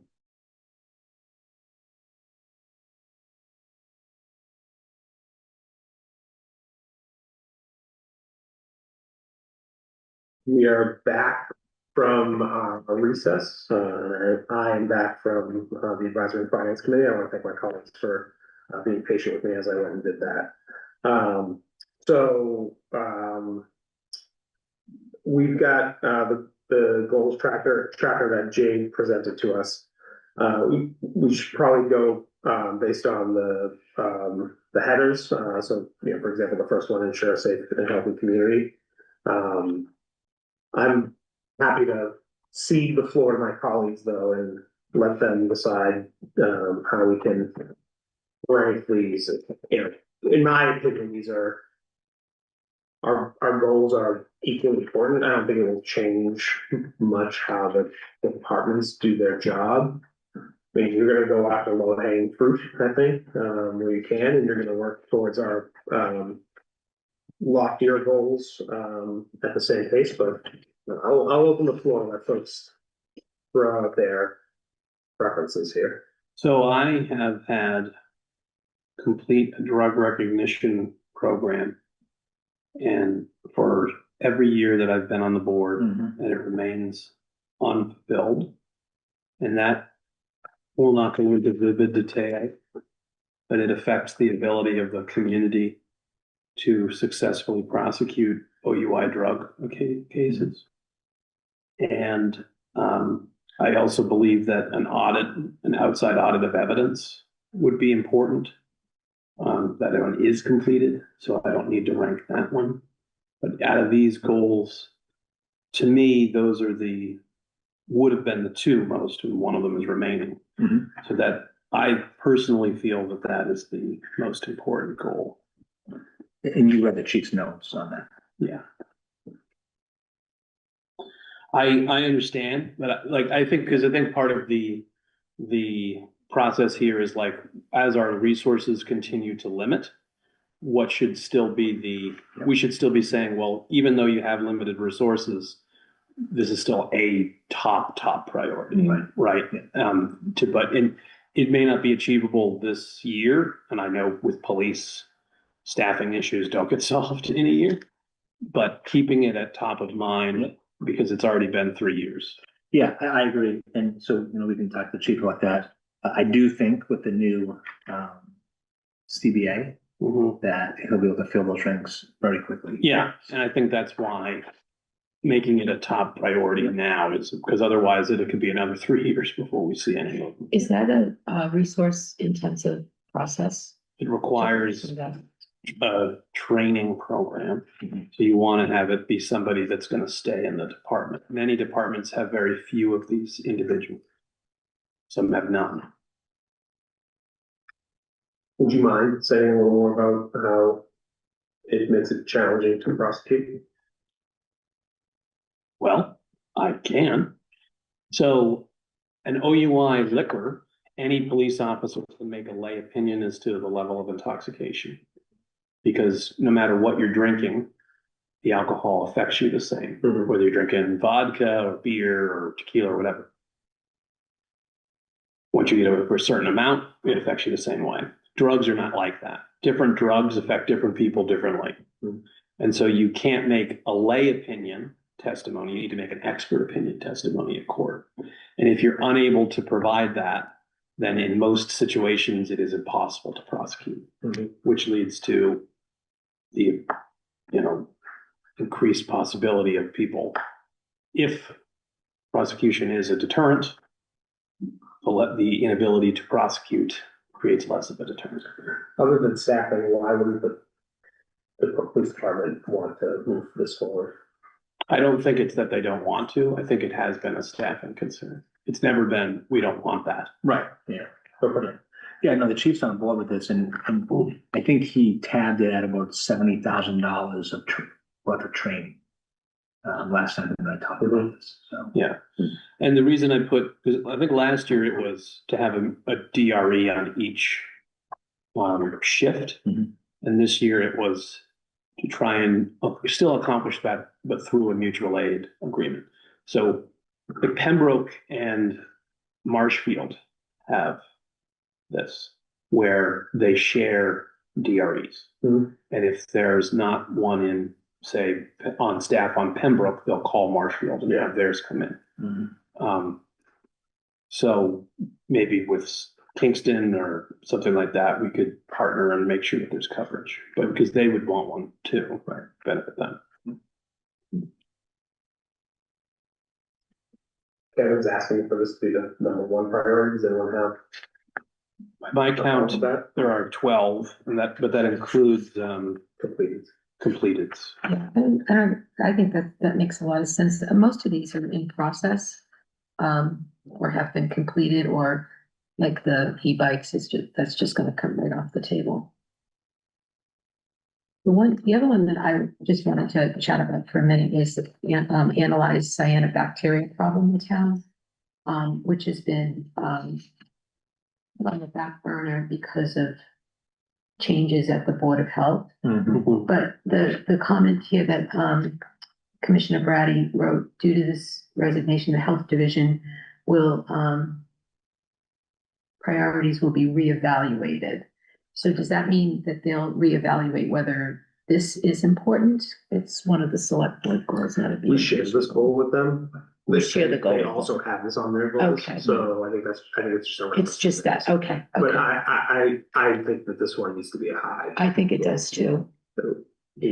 Yeah, this goal is tied into the goal directly beneath it, where we were very intentional on trying to build a strong Yeah. partnership with the Board of Health, given some of the past issues. Mhm. And so we said to them, like, listen, if you guys have a set of goals, why don't we mutually agree on one so that we can provide support to you? And so this is one that Mr. Pizarro had identified, but he resigned a few months thereafter, so it really hasn't moved forward. Okay, Yeah, yeah, I would put that up there. so as a top would you, priority. I agree that it's a priority, particularly as it continues to happen more and more, and particularly as we analyze how and if to expand the sewer. Mhm. It also will help us with making informed decisions about groundwater discharge. Yeah. It's easier to treat one central location than it is than tens of thousands of disparate septic tanks. So would you be okay with that being number 2? Yeah. I would put that. So that's 1, and that's 2. I do think that Wildfires. yeah, I think wildfires, Mhm. particularly as seasons get drier and drier. Are folks okay with that being free? Yeah, it looks like that's pretty close to. Yeah, Are we still in drought? Yes. That's unbelievable. I think we're almost always in a drought, Yeah, like a low level drought. right? Scientific. Excuse me, that was a climate coach. No. But since everyone's looking, I think we should, with the downtown resiliency project Mm-hmm. and the planting of the trees, those two, right? Since we're talking about something interrelated, that one looks as if it needs to be in the vicinity of this other priority you just outlined. I don't know what people think about where you want to put that. It's not That's in a this, different section. page, oh, okay, we're looking section, yeah, we're we're just looking for section by Each section. category, Yeah. So this one bill has, if you count everything, it has 12 within the section, so Right. just, and the 3 of them are complete. So there's really 9 left. So, So we're now on to the next section? well, we still have 6 others. Okay, then there's, the park management, Anti Park Management Plan. Park Management Plan. We're talking about, you know, Nelson Park. So, the Department of Health and Human Services were tasked with last year, because you know the history of Morton Park and this whack-a-mole phenomenon, what's going on in Morton Park, and then we developed some mitigating strategies, and then those same problems reemerge over at Fresh Pond. So the Health and Human Service Fund, they convened Parks Department, Recreation, Fire and Police, and they developed a park management plan for every one of our beaches and ponds, recreation areas. And so they completed that last year, and then they took what they learned through last summer, and their goal this year was to look at lessons learned from the first draft park management plan, and then fortify those based upon what they learned. Okay. And last year, I think that their park management plans worked well. We didn't really receive any complaints at all from any one of our parks. So do we want to move that into position or in this section? Does anybody want to do anything with that, or are they happy where it is? Well, Or you, it's a prior thing? we could make it, we're looking for a number 4. Yeah. You want to make it number 4? Yeah, it's a real important one. Only because it gives me a lot of headaches in the summer. Mhm. Do we wanna do the cha chip as 5? Yeah, I think that makes. Sure, yep. Well,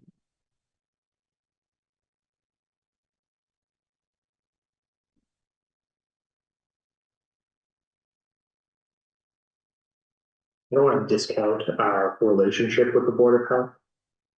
I don't wanna say that it's low on the list. But it's more of one of those ongoing,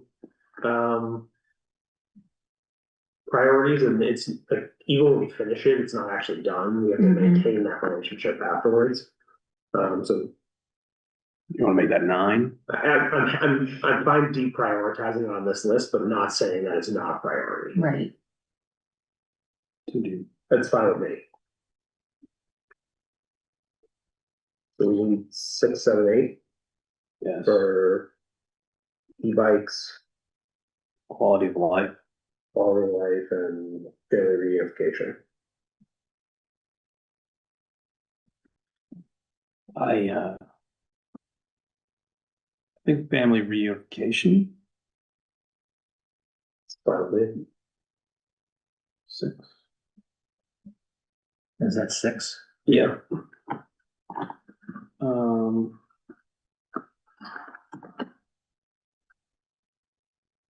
Then. Deb, what about e-bikes? yeah, it's, I mean, we're not gonna regulate them. Well, in this cycle, but this could still be something that remains on the list. Yeah, It's like- it could, I mean, there are a lot of things changing at the Yeah, state level. right. That will probably. And this make could it- shift into like, when Derek gives his update, he always says like, here are the goals that we set out with, but here's all the other stuff that we've done throughout. So Yeah. like, this could morph into like the education piece that you've been on. It could morph into that. It could also morph into, a mobility initiative. Sure. Because I think that's where the state is taking Yeah. it, to encourage e-bike. I think we changed the language to reflect what you just said. That it's regulate the things that you just said in terms of the educate, put the word educate in there. I think, I don't know, you just said it, and I know you've said it a number of times, so maybe we, We could say regulate and educate. And or, and. Yeah, because there will be some regulations coming out at the state level and they'll probably just, it will probably make sense to roll whatever we want to do. Just not include just that word. adopt those. Yeah, and, you know, Kevin, like I said, but he's been working on a goal for multiple Yeah. years of his term, so. That's true. I wouldn't change the goal, to be honest. Okay. If it's still a priority of yours, then you should still feel like you can keep it on. the Yeah, list. okay, okay. But Derek will, like I said, he will update us on the education piece that. Yeah. Sort of more. So you're saying that we should or shouldn't add the word educate? We just. leave I it. wouldn't change the goal mid-year. I think what you're saying is that, so I'll do a year in review, usually the end of June-ish. And I do two things. I say, these are the goals that we set forth. These are the percentage of completion that we're in. Some of them didn't get to it all. Mhm. But then I always have another slide that says, these are all the things that were added during the course of the year. So what we're trying to do is we're trying to demonstrate to the community that, you know, these are the goals we set, but as there's a lot of things that are unpredictable, right? Mhm. And so we want to take credit for those things that were accomplished during the course of that year. And I think what David is saying is that if we do have an education component, we would include that as an add-on. Got it. to the existing. Yeah. And maybe by then the state will have come out with its regulations too, because they were talking about, you know, speed limits and. I do think we need to take credit for the work we put into electric. Oh, we do, we do. I mean, so I Yeah. wouldn't say this wasn't accomplished. I also wouldn't say it was 0%. Right, It was a process. yeah. Yeah. I mean, yeah, no, you're right. So maybe it's Yeah. 50. Yeah. You just said- Yeah, you let's just said- change that. I agree with that. Make me feel better. Let's put it at 50%. Because you have the bones of it, and if the next iteration of the board still wants to take this up and if the state doesn't take action, because we hear that action. Yeah. But until it's enacted, we don't know when it's gonna. Right, that's, you're exactly right. I I'm just trying to I stay. was just saying that the role education should be included, because that's the direction we're going in now. It's not to regulate.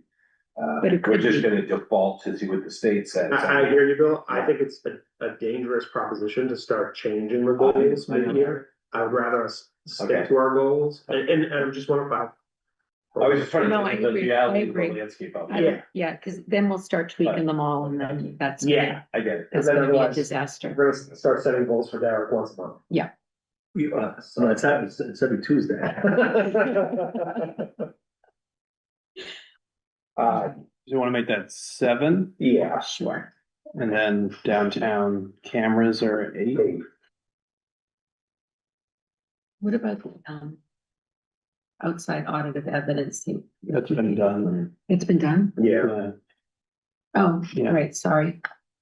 so I don't think we need to rank completely goals. Yeah. Right. Then the next one has 4. So commit to long-term financial planning. I think the They're all forecasting is voted number down. one. Number one, yeah. I would say Yeah, I that. agree. The supplemental billing is pretty critical too, right? I mean, I would almost say that supplemental billing is more important. I know that the forecast, because of the unknowns in 5-year forecasting, I think it should be number 2. I think 5-year forecasting is valuable. But supplemental billing, we know, would make a definitive improvement of our financial situation every year.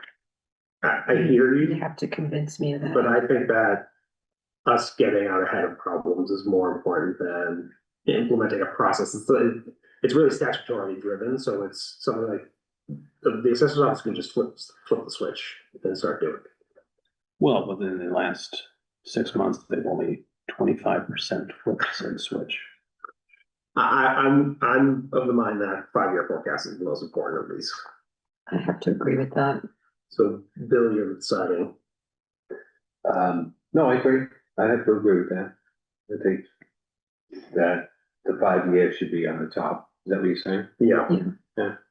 So then, It's sure. Kevin, it sounds like you, It's not gonna be 1, I'd rather have it be 2 you than want to do 2. 4. Does anyone have a Two. problem with that being 2? No, or 1A. One, and then implement the billing, for 2, right? Sounds like a plan. Okay, they got 1, 2. Yeah, and that just, I think you guys already know this, but this is something we talked about during the 1% discussion. we're modifying a job description in order to implement supplemental billing. And I believe supplemental billing has to eventually go to the select board before we can implement it. Yeah. So you'll see that at some point, probably, I would say in May or June. I would So which is suggest 3 and that 4. 3 should be review, research, and develop a financial plan for all underutilized trust funds. I agree with that. Yeah, there you go. That's like 75% complete, just so you guys know. We had a meeting on It's that. tremendous progress since you printed this. We had a meeting on it 3 weeks ago. That's why. So More then, by meetings. default, the digitization will be 4. Okay. Communicate and engage with the public. That's 5.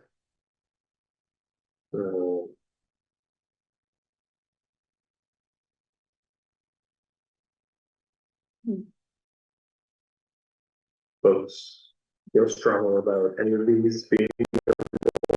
I think, I think develop and implement a FY That '26 needs to be- comprehensive communication plan. it should be number one. What's number 1? Develop and implement an FY '26 comprehensive communications plan.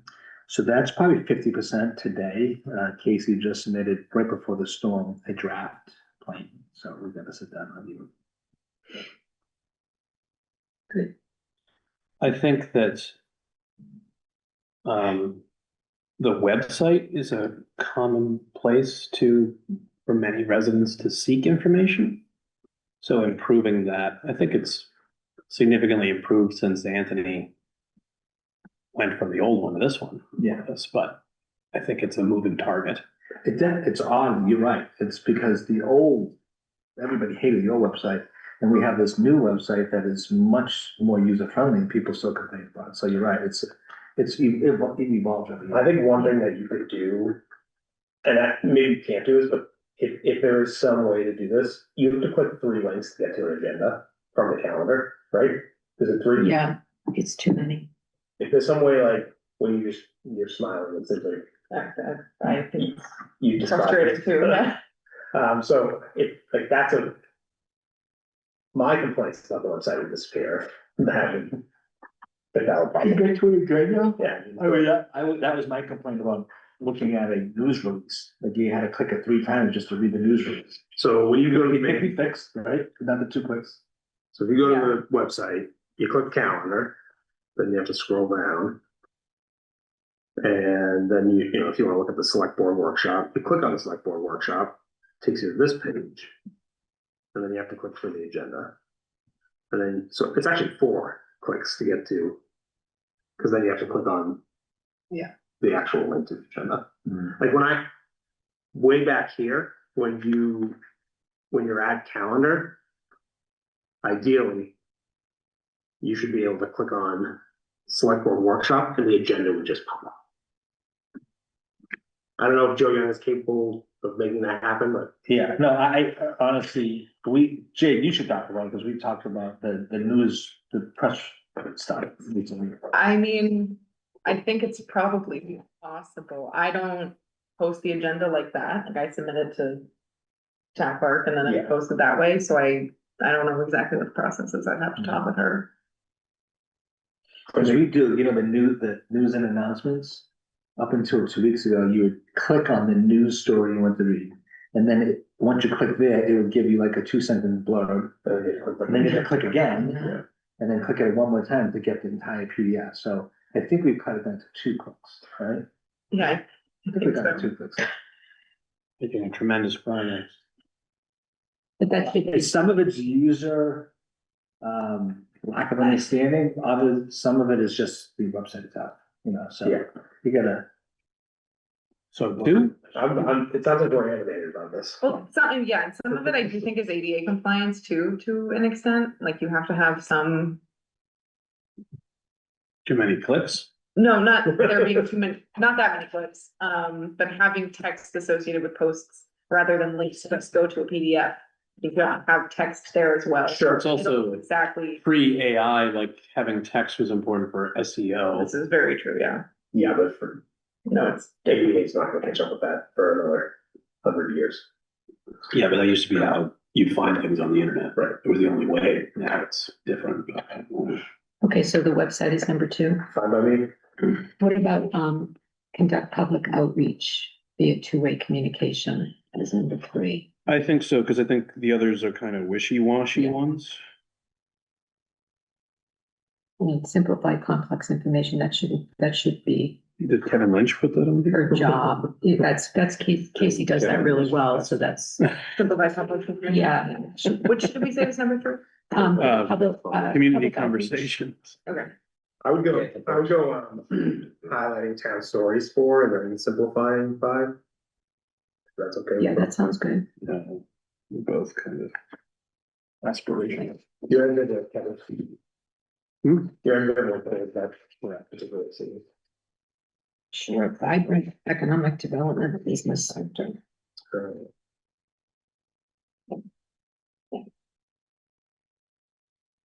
And that's pretty there. There it is. Ensuring a vibrant economic development business sector. I liked develop a more streamlined process for businesses to navigate town regulations as number 1. Sorry, what was that good? The develop a more streamlined process for businesses to navigate town regulations. Yeah, Objections? no, Where's this one that I'm looking at? it, It's tough. 4th from the bottom. yeah, develop a more streamlined Oh, process. yeah, there it is, got one.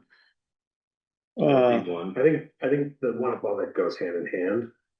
Yeah. Yeah. I also think those two are easier to do than some of the others are more Yes. sweeping. Are you good with that being 2? Yeah. I am. So the downtown economic development plan, I also think is really important, but that's something that's the foundation is doing, so. I think that complete the master plan and monitor opportunities at the whole tech property. I know that the master plan there is complete, but I personally find that, in my opinion, that property is an existential issue to Plymouth. Sorry. It should, in my opinion, it Yeah, should be. Agreed. Fine, 3. What about the one at the bottom, complete and begin implementation Yeah, of the town's master plan, that should be 4. yep. What about, online develop process to submit business certificates online? 5, Yeah. sounds good. And then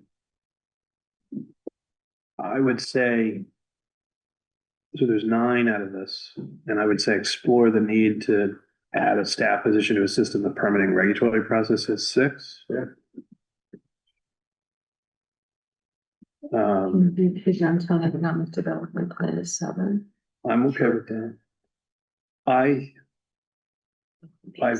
process of elimination is, I would put DCR property at 8. Mhm.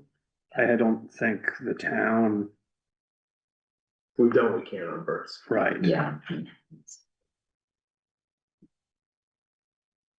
Okay. All right, good.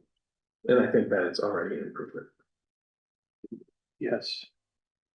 Non-existence, birds, or lack of birds. Yeah, I'm sure. I put that from a town perspective, I would do that up to 100%, it's not much else that we can do. Is it meeting? Maybe do it at 95%. There's a meeting so next still week like a rock out. Prospective tenant. Yeah, we haven't got the rock yet, so. But wait for you to get your truck over there. Still, We're 98%. no, it's, 98%, we'll get the rock. Alright, infrastructure next. Did you see the guy on the Weather Channel standing in front of her? Did anybody see that broadcast? Yes. Yeah. And he's like, I'm standing in front of this site, I'm not really sure what it is, it looks like it's a construction site. It looks like somebody might have been doing something here, but then stopped because of the. Just has to talk. I was like, look at Richard Turkey down there, putting snowsuit on. There are 11, so I count in this category. 11, yeah. I think that continue the progressive roadway program. I had that as number 1 as well. Yeah. All of that. What about, begin the permitting process for the West Plymouth drinking water well? That seems Yeah, that's been a, top. it's been an issue for a few years. It's fun. Um, Fire station. I was gonna say begin the police HQ and or unified public safety complex feasibility study. That should I be can, three. I can look at that. And then fire 4. It's fun.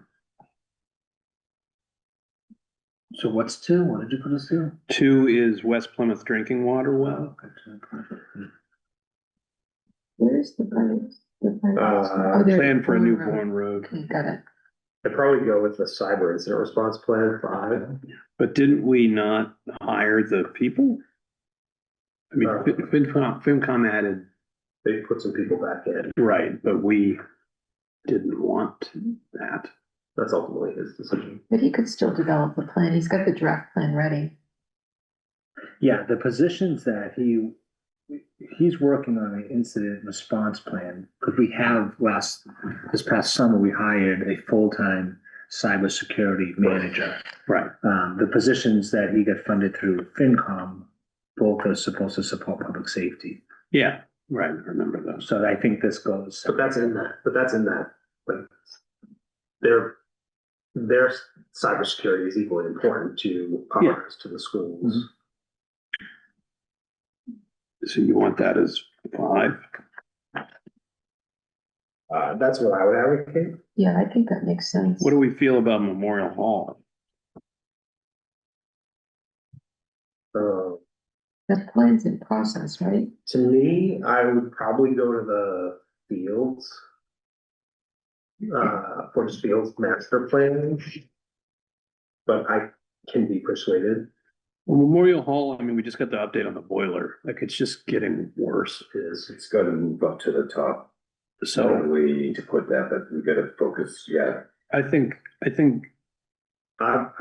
give up the space for the cyber incidents, if you folks feel strongly about that. I think it's very important to have a plan for it. It's a very public facing They've had a series of problem. Yeah, and staff has told us. You want to do that as 5 instead? Yes, yeah. I think that, and then we can do cyber incident as 6. Yeah. Yeah, it's fine with me. I think that the fields should come next. Which one do you want to choose, Deb? Forges Field first. The people of Hedges Pond. Second. Fortis Field has a larger recreational impact than And then Hedges Pond does. I would go to Hedges next. Yes, Oh, that yeah. would be 8. I think, Yep. I think my recollection from the presentation on the Route 80 cemetery project was that it was going to be completed shortly prior to our forecasted lack of space for new corpses in the community. So that should be a priority because. Yeah, I mean, we were supposed to break ground in October. Right. And it's being held up at Mass Historic. That's why we haven't broken ground. We were gonna have a big ceremony to break ground in that. Yeah, and that So was, it's a 12-month construction period, so Uh, we're probably looking at, assuming we broke ground this spring, probably spring of 27. right.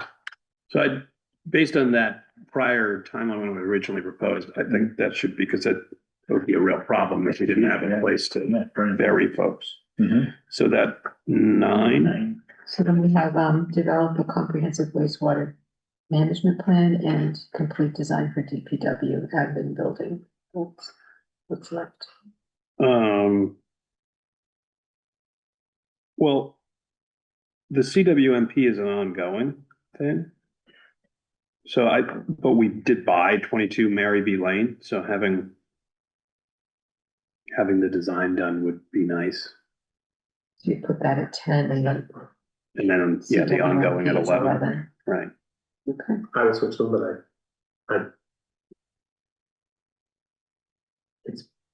it's not that important. You're not gonna battle over 10 and 11, So 11, 10 to DPW 10, yes, and 11 to. CWMP. Yeah. Objections? Nope. Protecting the environment. Number one, continue to pursue the acquisition of open space parcels. Yeah, that shouldn't be 100%. I mean, that's, That's never. Yeah. So I think it should just be on top of our, Okay. in the world of protection, that's the first line of defense. Yep, okay. as far as environmental protection goes. That should move, honestly, like maybe next year, put that as like just a long-term ongoing goal. Yeah, just kind of running throughout Right. the rest of our lives. What are, I mean, so the establish a land, and that was my thing, and we went forward with it and it's up at Beacon Hill. Do we have to do anything? The land bank? No, the chapter 61, The acquisition account. because it's up there. I mean, the only thing we could do is if they had a public hearing. We could give testimony, Yeah, but, write a letter or go up there and testify. So I mean, that was my thing, so I'm happy to have that be one of, if not the last, since I think what we need to do on it is largely done, other than maybe 15 minutes of Zoom Did you testimony. say it for it was last? Yeah, so there's So there's one that's 100% complete. So there's 9 live ones, so I would put that as 9. Okay. But okay, that sounds good. How about develop a municipal solar program as two? Yeah, that's what I have as a top Sure. priority. as Yeah. well. Yeah. Um, And then, I don't know, 3 and 4 look like they're, resiliency and heat islands and tree planting. I don't know, that's, I was gonna say the town brook restoration. But yeah, but that's coming to an end. Well, yeah, but, It's kind of, the ball is moving. These things are in play. yeah, Town Brook is coming to an end. yeah, Everything's in motion. It's going down the track. The okay, guy that needs to push down the track is this resiliency operation. We got 2, the okay. planting of the trees and the continued design and the grants that we're going after. So I would, You talking about develop tree planting initiative in the Heat Island area? yeah, the two, big, resiliency project, begin construction of resiliency project and the tree planting. So So those would be 3 and 4. Which one? I would say, because I would say tree planting 3 and downtown resiliency 4. Correct. Yeah, I would just say the resiliency project should be ranked high because eventually we'll have to go to town meeting. Mhm. So if the board thinks this is a top priority, then we can demonstrate that. Can we Is just, the board can we just too, switch them to be, yeah, that's. so that's a top 3 priority in this category? So you want resiliency to be 3? We'll do Yeah. resiliency 3 and trees 4. Okay, And then complete town brook restoration, should that? Yeah. Okay. yep, 5. I do think that streamlining the process for donating open space should be next. Yep. Where is 6. that? So that's It's- second last. Yeah, Yes, yes, she is. Oh, there it is. and then, As someone within hybrid electric vehicle, I would like EVs next. And then swap shop. swap shop's completed. Well, yeah, I'll take it, yeah. I would put wholesale at 8. So 7 is EV, 8 is full sale. These are things that are going down the track already. Objections? Nope. Or advocate for anything different? Nope, it's good. All right, workforce is next. This has 6 goals. I think develop a plan to recruit and retain police officers should be 1. For sure. And I think classification and compensation study should be 2. I had that as number 2 as well. I would advocate for a 4-day work week. As 3. Yeah. Just since we're talking about that, when do you want HR to come in and do a presentation 4-day work week? Are they ready to do so? They're wrapping it up. I just want to schedule it. I could say she probably could come in within 2 weeks, 100%, Jackie Gunn. Well, it's a top 3 goal now. Yeah, We'll have her in soon. that's great. I like that. Does the 4-day work week?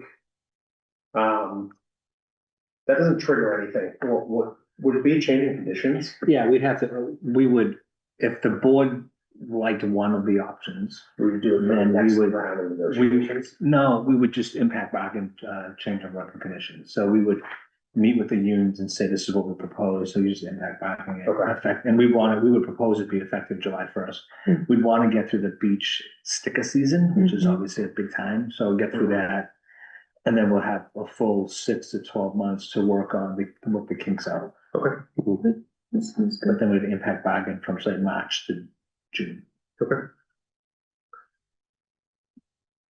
I liked the co-op programs. Yeah. Having come from a That- higher education that had a co-op, it's a good place to get employees for less money too. Right. It was a good thing. Um, The employee wellness program. yeah, and then digitizing. Yeah. Other applications? All right. Efficient town government. This process that we're doing might be the most efficient one then in the year. So there's 8 live ones.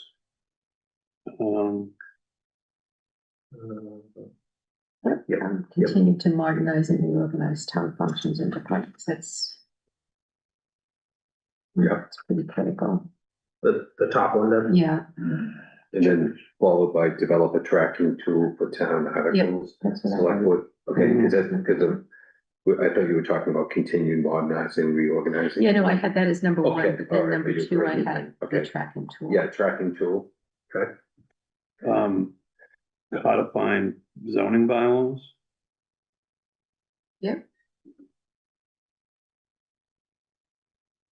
Mass GIS. Codifies 2 or 3? 3. 3. Right, 2 was develop a tracking tool. I would say Mass GIS should be higher, because doesn't GIS impact our Yeah, aid from the state? yeah, and something's required that we update our Yeah. GIS maps by the state. So 4. Yeah. Um,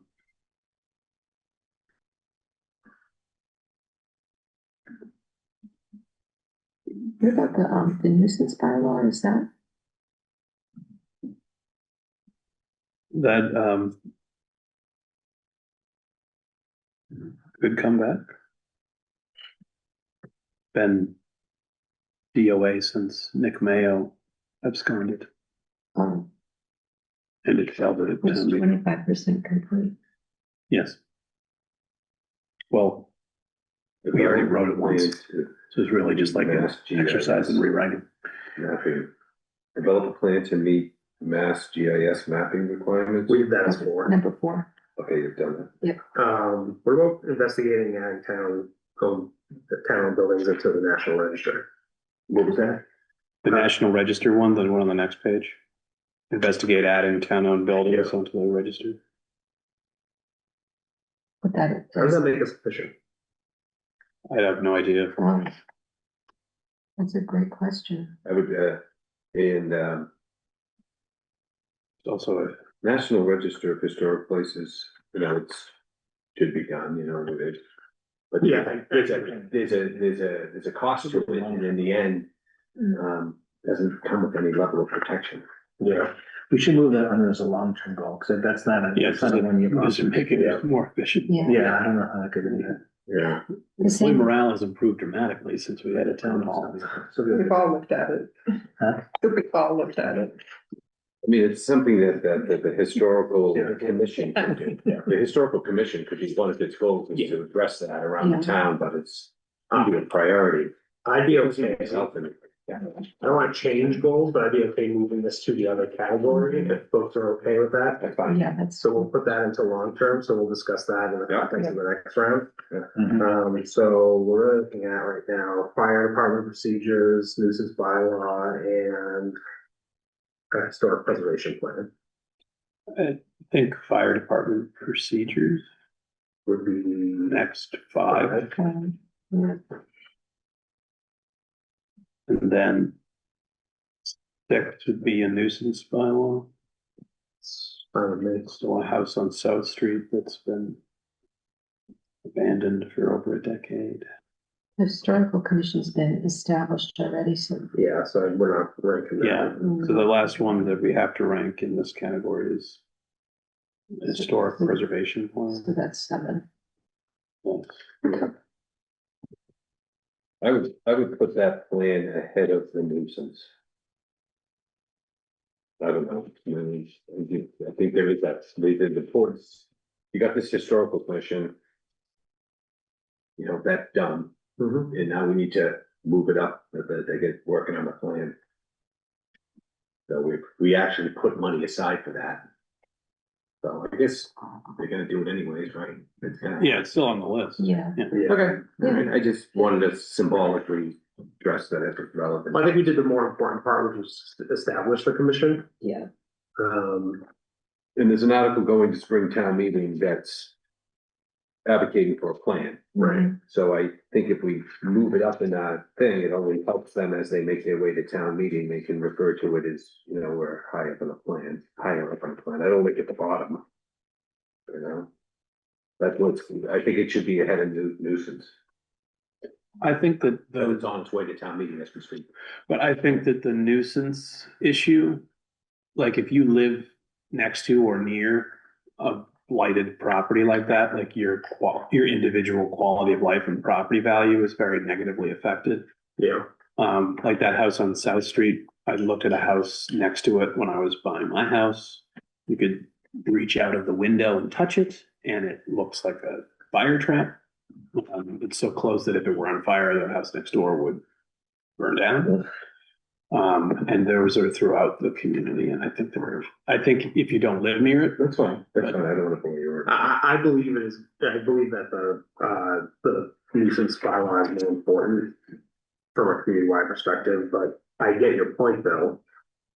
And we're not advancing a nuisance bylaw at this time, so I'd be happy to switch them just so that it isn't the dead last priority in that group.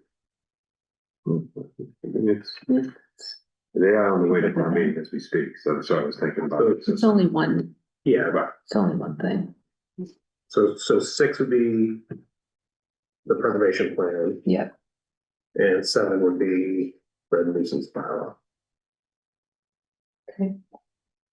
Caveat in the plot, we think it's more important for quality of life, we're gonna send a message to town meeting that they need to pass this. Now we have 14 long-term goals.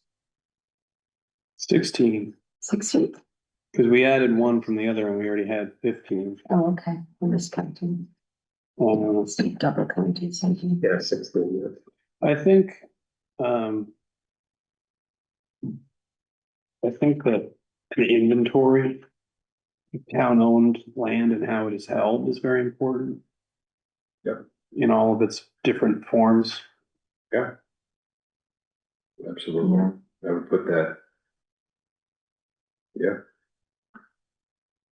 I think that developing a strategy to improve affordable housing options for all generations should be second. Yeah, I like that. I think that examining a staffing model for the Department of Planning and Development, I know that Lauren's just getting started, but I think that this is a long-term goal. So I think it's, I hope it was number 3 as well. and I think exploring, What was that one again? that was examine a staffing model for Department of Planning and Development.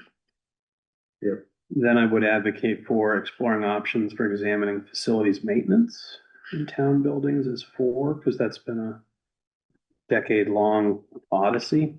Yeah, I mean, I would defer to you guys on this. I don't have a preference for how these ones are ranked because they're all high important and high impact. So whatever you folks want to do is fine with me. Might as well finish. And then I do think that the return on investment from digitizing records has been very easy to see. So I think, Yeah, it's been one of the big, best things the town's done in 3 years. yeah, so I think that should be fine.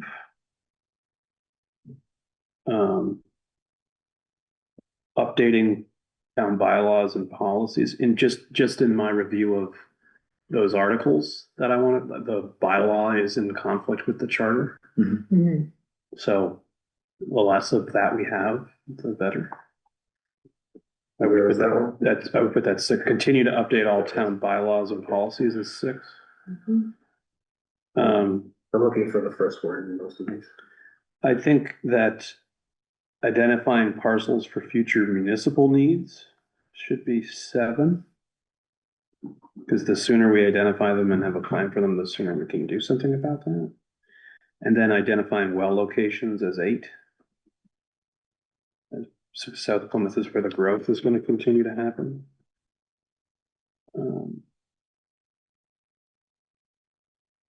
And then, School consolidation possibilities with the school department.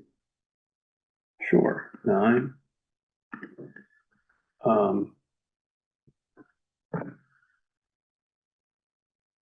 Think beginning the analysis of accepting private roads as public ways and how that would look.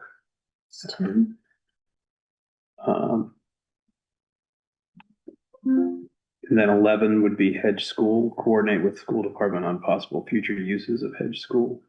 That seems relatively midterm as opposed to long term.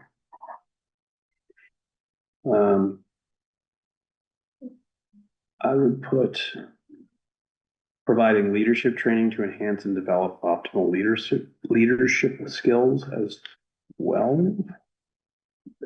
Have we, the planning department, Mhm. 7, where did we put that one, remember? We put that as 3. Okay, good, very good.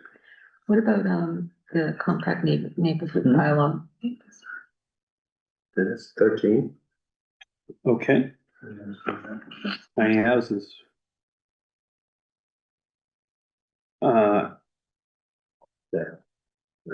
We got, align common goals and investigate, national register.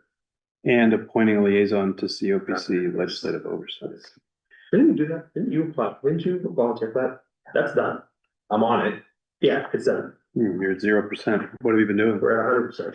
100%. We've been going? Okay. So that's, Has he been going? yeah, Has he gone home? Is actually the question. Actually, You do your- have not been having enough meetings and I'm gonna be scolding them for it. I'm like, where are your you meetings? do your, I'm like the liaison to nothing. your nightly human Yeah. channel surfing as you go from meeting to meeting. Boy, my schedule. We've got 3 more. So we've got align common goals and, Investigate. national register. I would say National Register, 14. 14. yeah, Align goals 15. yeah. Any other allocations, objections? Looks good. Do you want to vote, take a vote on the rankings? Is it, Just to move the town manager further direction. Would you like a vote? Yeah, so I guess, now Yeah, that you you've can. ranked them, we can put them in ranking order. And then do you, when we think about the year in review, do you like this template for the year? in This is review? great. yeah. Yeah, this worked out well. It was very easy to understand. We put him, we just do the ranking as an admin note, because there's no vote anticipated, and there's not that disclaimer that we might vote on anything. That's fine. I don't know if you can vote in a workshop. like that. It says you're not supposed to. Okay, great. I think we just put that in. So we can reorder these per the ranking and And then. then just do an admin. Okay, Awesome. is there a motion to adjourn? I make a motion to adjourn. Second, Makes the motion, and Canty seconds, discussion, Mr. Canty, yes. Mr. Cohen, Yes. Ms. Iverson, Yes. and myself, we're adjourned. Thank you, folks.